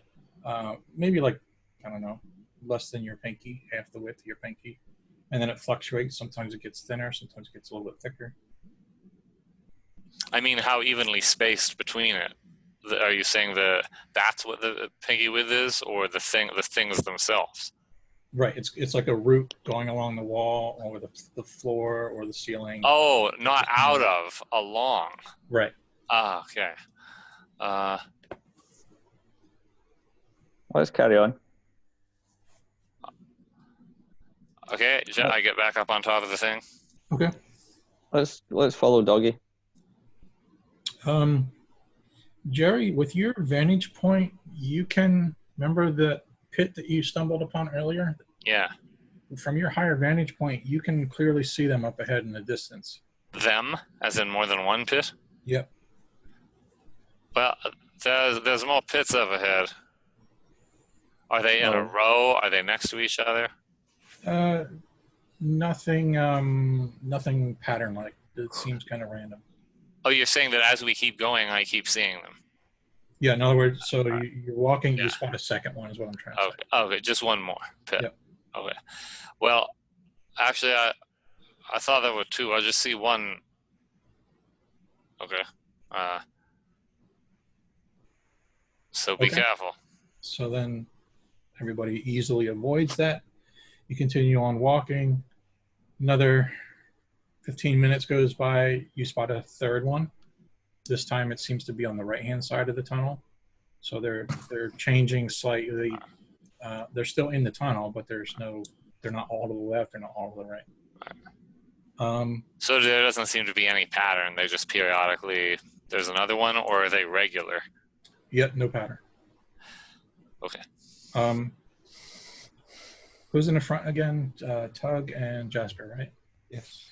Could you each do spot hidden for me? Certainly can. 08. Oh, wow. 13. We are an eagle-eyed duo. It's not an extreme, but it's still a hard. Okay. I'll say the same thing. Maybe you each see this. It's when Tug, you kind of, you've been walking now for a while, it seems like, and you kind of, you're getting tired, or not tired, but distracted with holding the flashlight steady, and you kind of, at times you just let it drop to the floor. It's still illuminating. You're in a dark cave, so any light is going to illuminate. Sure. So you, at some point, you kind of like drop it to your side, maybe, and just up ahead of you, maybe about 100 feet. Remember, I said that there was like the bioluminescence, that there's like a glow. Right. It seems like something's glowing at the end of the hallway, or yeah. Okay, guys, I'm going to turn the lights off for a second. There's my warning. Okay. So I turn off the lights. Yep. And everybody who looks can see that it does look like the hallway turns to the right, to the east, and it seems like it's got a very faint glow at the corner. Right at the corner where it turns?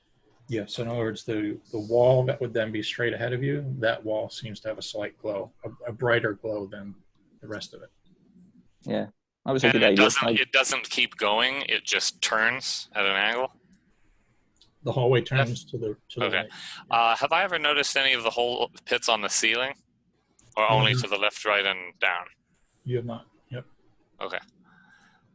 So this glowing wall, is it round or a shape, or is it just? You're going to have to get closer to investigate it a little bit more. Yeah. With a little bit of reluctance. Okay. Does it make a sound, a smell? Yep. No one. The smell is starting to get harder. Like I said, you're starting to get used to that smell a little bit. So. Right. That's true. I think these Migo can. I think this is just the way they mark where they're going. Maybe the path, because they don't even have eyes. Well, so far it hasn't been much of a maze, except for the holes in the ground. Yeah, let's just follow it. If this is a highlighted corridor, is the dog still pulling in that way? Yeah, although it's been so long, the dog's kind of is also getting distracted, and I don't know if dogs get bored or not, but yeah, they do. You guys kind of took a long time investigating the box, so it was like Rex is like, "Come on, let's go. We're tracking." And then I was like, "Oh, okay. Nobody seems to care." So, Yeah. While they were doing the business with the box, he had about 45 wheeze. So, is there anything else different about the wall, or is it just glowing brighter for some reason? That's fine. okay, yep. So you're moving closer. You get maybe 20 feet away, Okay. and you can distinguish that it kind of looks like a metal frame. It kind of it's about, I think it's 5 feet wide. Kind of a metal frame that goes up, and then there's sort of an arch along the top. Maybe like along the bottom too. The frame is along the bottom. Like a door frame? Kind of like a door frame, but it only goes in about a foot and then stops. There's nothing. It's glowing. The frame is what's kind of illuminated a little bit brighter than the rest of it. Is it a dead end after that? Yep. Except the corridor goes to the right. The corridor goes to the right. That's weird. When you say that, Tug, you look to your right and you see 2 more glowing sets of frames. Down the corridor? Yep, not that far, maybe another 20 or 30 feet down the hallway, and one's on the right, one's on the left. Is it like doorways? Yeah. But Jeff, they're smaller than the box, right? Correct. Okay. See the first one. If I put my hand on the wall, does anything happen? I'm holding on to Danny. I'll let him touch the wall, but I'm holding on. Tug, you've got an attachment disorder. Don't worry. Attachment disorder. So describe that again. You're just touching the wall? I'm touching the wall and seeing, do I feel a vibration? Does it move? Does anything happen? Because it seems to almost be like imaginary doors or something. Or outlines. Nothing happens, and it feels just like the wall. It feels just like rock. And if I push it, there's no give or anything like that. Nope. Is it made does it feel like the same substance as the box? It looks like it, yeah. Are there any buttons or control panels? Could you do a spot hidden, Tug? Up 83. Yeah, no. Nothing. I'm just going.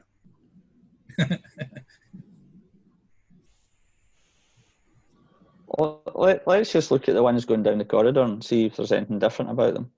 Jeff, is there any scratchings on it, the same as the barely distinguishable scratchings on the box? I'm going to say you're going to have to get down off the rock or the cube to notice. I'll do that then. Okay. All right. I'm going to ask you for another spot hidden then. 04, extreme success. Wow, nice. At the very bottom, there is kind of looks like a button, like a half circle sphere that kind of sticks out. There's half a button down here. Try it. You all want to back up? Look. Hold on. This looks like a door. And if it's a door, there could be 1,000 of those bugs on the other side of it. Well, why don't we keep exploring and see how many doors there are? If we ever reach a dead end, then we can come back and start pushing buttons. Danny, you said something about the other doors, right? Or you wanted to... Yeah, I want to check because I didn't notice that button down there, so I'm going to check the other doors, kind of, because they don't seem to be a door, but it's definitely like a door. So I'm going to examine the other ones. So I'm kind of picturing. So Jerry's kind of like kneeled down to look at this button of some sorts on the bottom, and as he's doing that, you kind of wander up to the door. Do you care which one you go to, left or right? It doesn't matter, left or right, doesn't matter, left, whatever.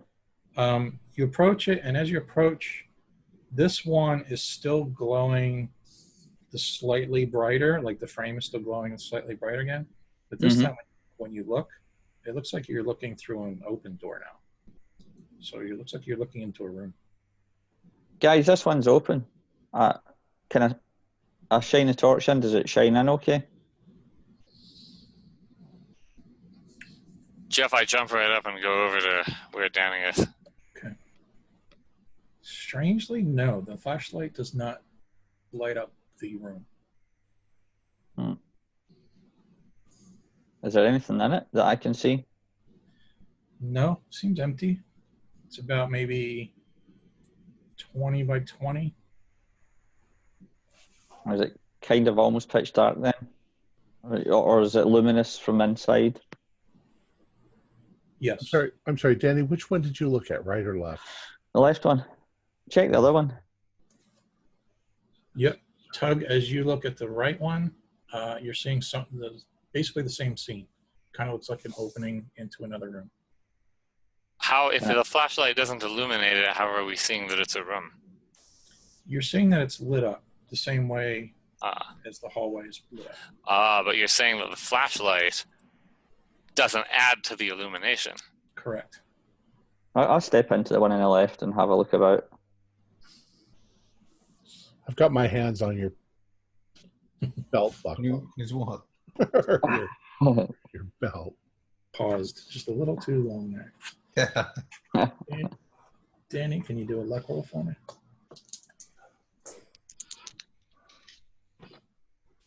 Oh, perfect. 0-5. Ooh.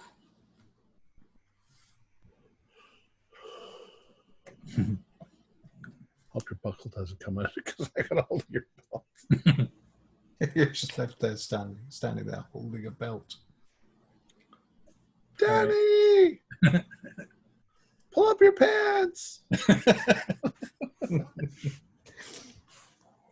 As if being discovered by the Migo wasn't humiliating enough. You have to turn it into a 1970s Brian Ricks farce.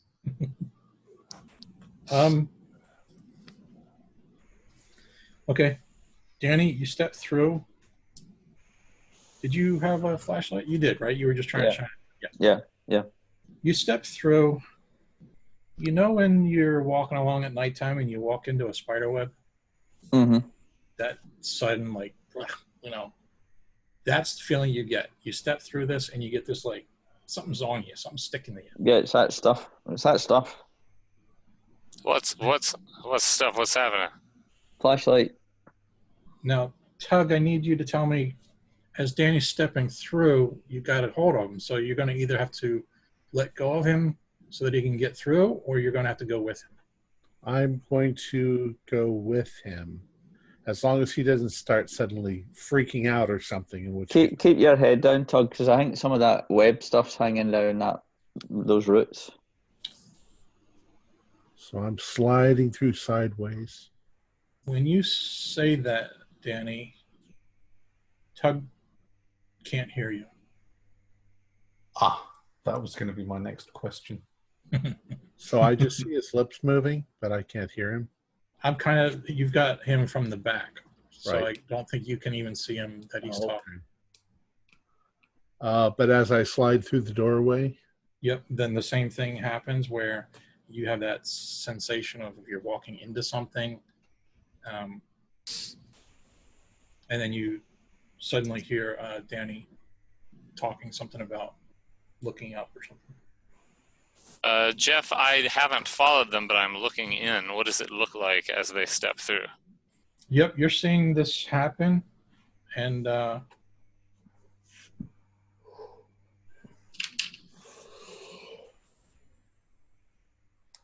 it basically, you're just seeing them walk into this room. Danny's got his flashlight, and he's just kind of they're both kind of looking around. And does the flashlight behave any differently now that he's in the room?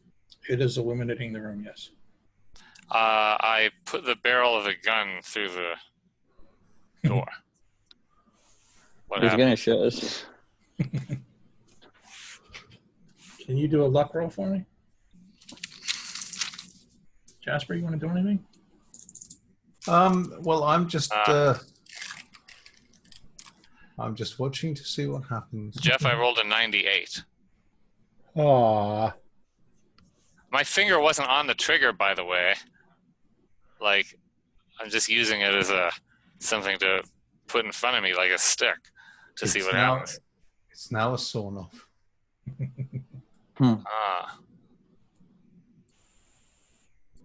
Well, better the gun than my fingers.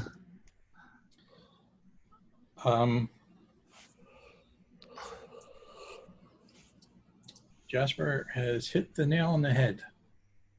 Suddenly, the room changes viewpoints. You're looking into a different room, I guess you would say. And you no longer see the barrel of your gun. And Danny and Tug, you suddenly hear a clank of iron hitting the floor behind you as you see a tubular piece of metal hit the floor. With a little thing on the end of it. Right. So is Jerry gone from our perspective? Correct. Can we see the corridor though still? And can I still see them? You cannot see them. I'm trying to think. Oopsie daisy. What? I'm going to put it to a luck roll. Danny and Tug, can you both give me a luck roll? And if you tie, I'm going to do a tiebreaker. 55. Ooh, crap. 70. Yep. Okay. You don't see Jerry. You don't see Jasper. We're not in the same place anymore. Well, what about the door opposite? Does that look like it's changed, or is it too? How did it change? I don't know. There was suddenly this clank on the floor, and I've got this. This looks like Jerry's rifle end. To answer your question, Jasper, it still looks like the same room that you were looking at earlier. But you're not seeing Danny or Tug. How? Let's just go out. Should we just go out in the corridor and see where we are? Why? I don't think we're in the same place anymore. If we go back out and back in, we might. Well, we can try that. So let me describe. So this is what Tug and Danny are looking at right now.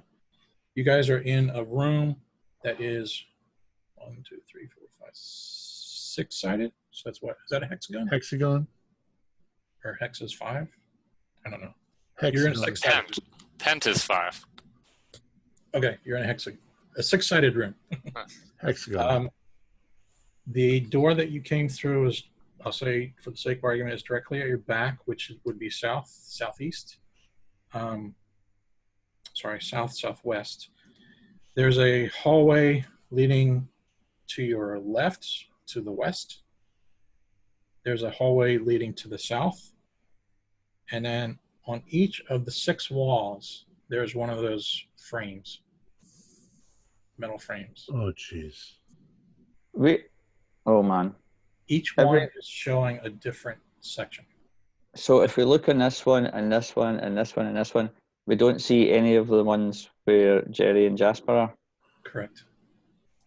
Oh. Oops. I'm sorry, Tug.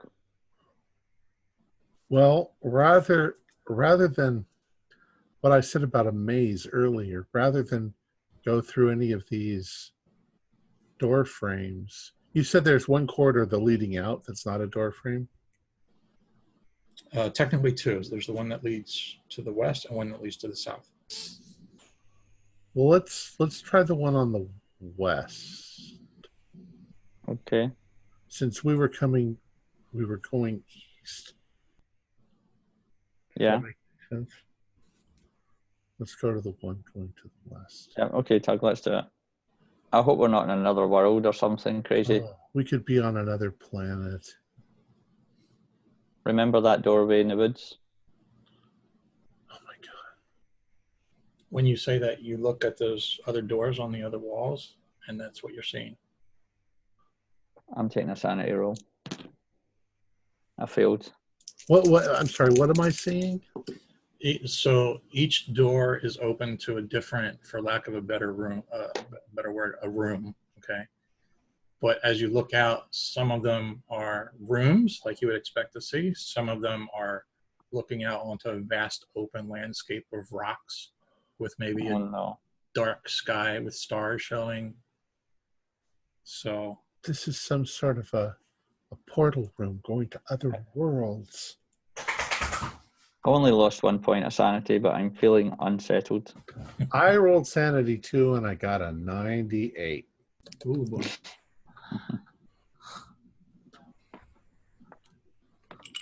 I'm not going to decide. You decide. You've seen it before, but you never stepped through it. So, yeah, maybe two points. Okay. Because it's weird, but it's not insane weird. I'm glad we're buddies, Tug, because if we're on another planet, at least we're together. I feel the same way. You're my best friend, and I love you so much. You get your hand off my belt now. Oh, sorry. Let me go back to Jasper and Jerry. The rest of your group is like, what just happened? Well, specifically, what am I seeing through the door? You're looking at an open, rocky area where everything appears to be like a reddish colored rock. What do you mean open? Meaning it's just a field, but when I say field, I don't mean grass. It's just rock. But does open mean open to something like a sky or a really high ceiling, or? Yeah, like a sky. Well, what color is the sky? Like a off-color, grayish, reddish. Does it have clouds, weather patterns? No. Does the field have normal perspective, right? Like Sure. the thing. Okay.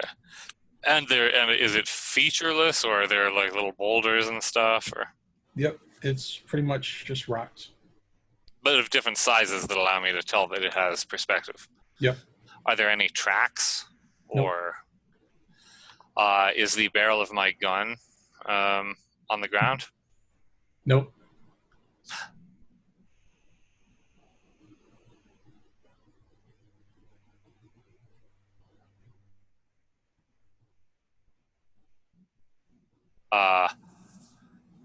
I put the gun in a little further. Okay. Jasper, can I ask you to do a luck roll? And Jerry, can you do a luck roll? I made it. 72. That's a fail.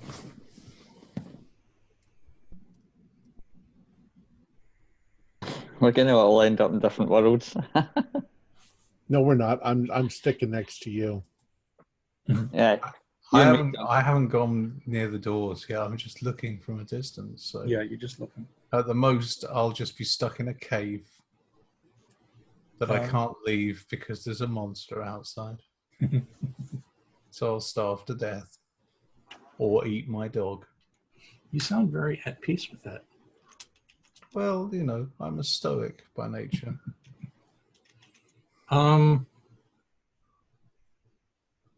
Jerry, you put your gun in, nothing really happens. Can I see the rest of the gun, though? Yep. But then, Jasper, when you're looking into the other door, the door on the right, you suddenly see the tail end of Tug walking away.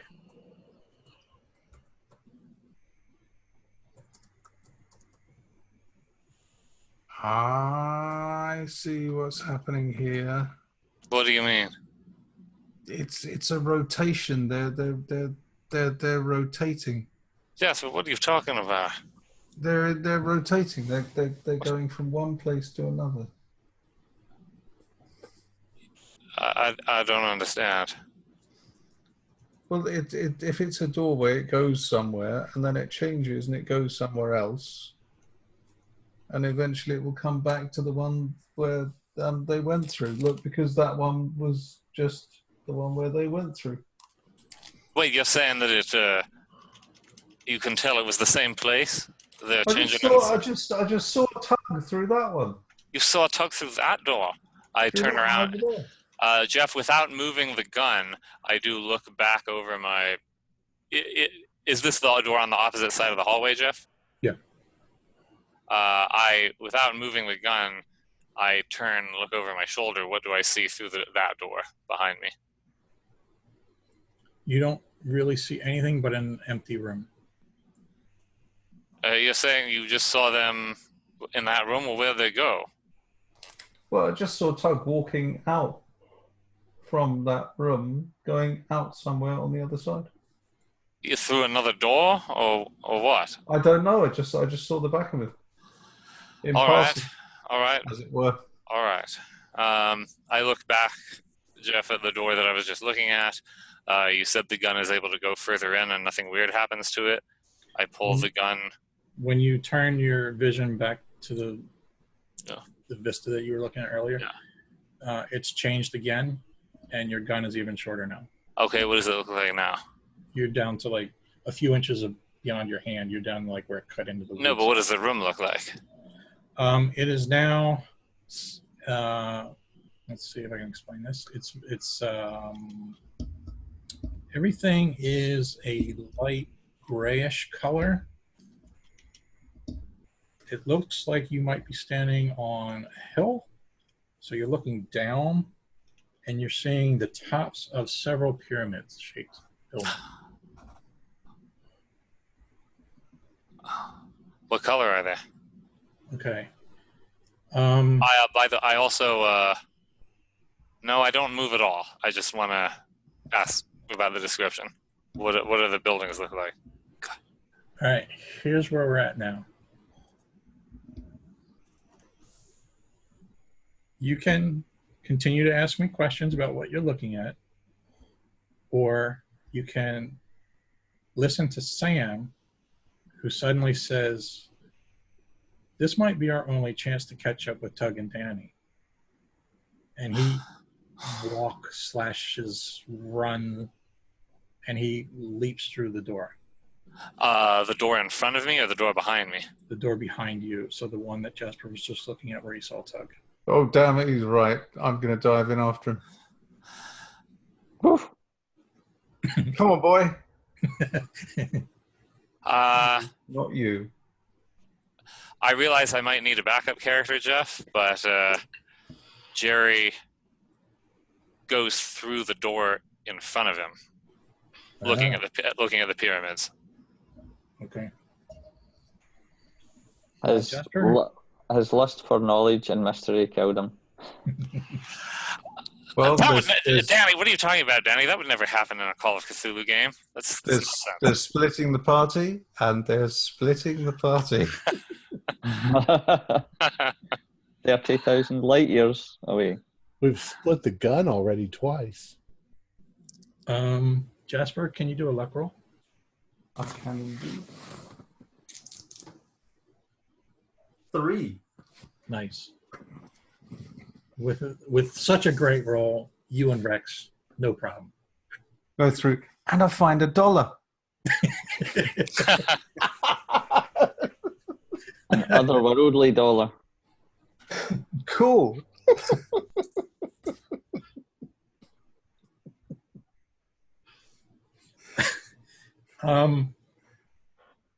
I hit a nerve, didn't I, that one? I'm trying to think. You're just kind of like... The non sequitur was really funny. I'm going to say, well, we're going to end it here where Jerry... So, just to be clear now. So, Tug and Danny, you're in the room together. You had just started to walk out of the room. Suddenly behind you, you hear Sam and Jasper and Rex come stumbling into the room behind you. You guys have that same, feels like you walked onto a cobweb or something. Jerry, same thing with you. You walk through, you step through, you've got that sense that you walked into something. You're looking around. There's a wall behind you with the door. And like I said, you're kind of on a hilltop, and you're looking out over this vista of multiple pyramid tops. What I was trying to figure out, and what I think where we're going to end it, is you left Drake in the hallway, and suddenly Jasper, Rex, and Sam went through one door, and Jerry went through the other door, and Drake doesn't know which way to go. So he's kind of just standing there like he's torn. Like, what do I do? And we'll end it there. Wow. A whole map, this whole thing. At this point now, my map's just like, meh. Yeah. You can just start a new map on another sheet of paper. Well, I started a new one up here, but now I've got to do a pyramid map, and I've got to do. And what you're going to have to do is, like, assuming you're like in your second spare bedroom, or you're going to have to start your map down in the living room. So anytime we switch, you're going to have to run down. There we go. Yeah, remember to figure in the non-Euclidean geometry. Yeah. Our players included Mick Swan, George Sieg, Ken Trench, and myself with Ch4 as the Keeper of the Secrets. We're currently producing up to 5 shows a week with music and sound effects added in post-production in order to create a richer listener experience. We provide audio-only versions of our shows free for you to download from Podbean or iTunes.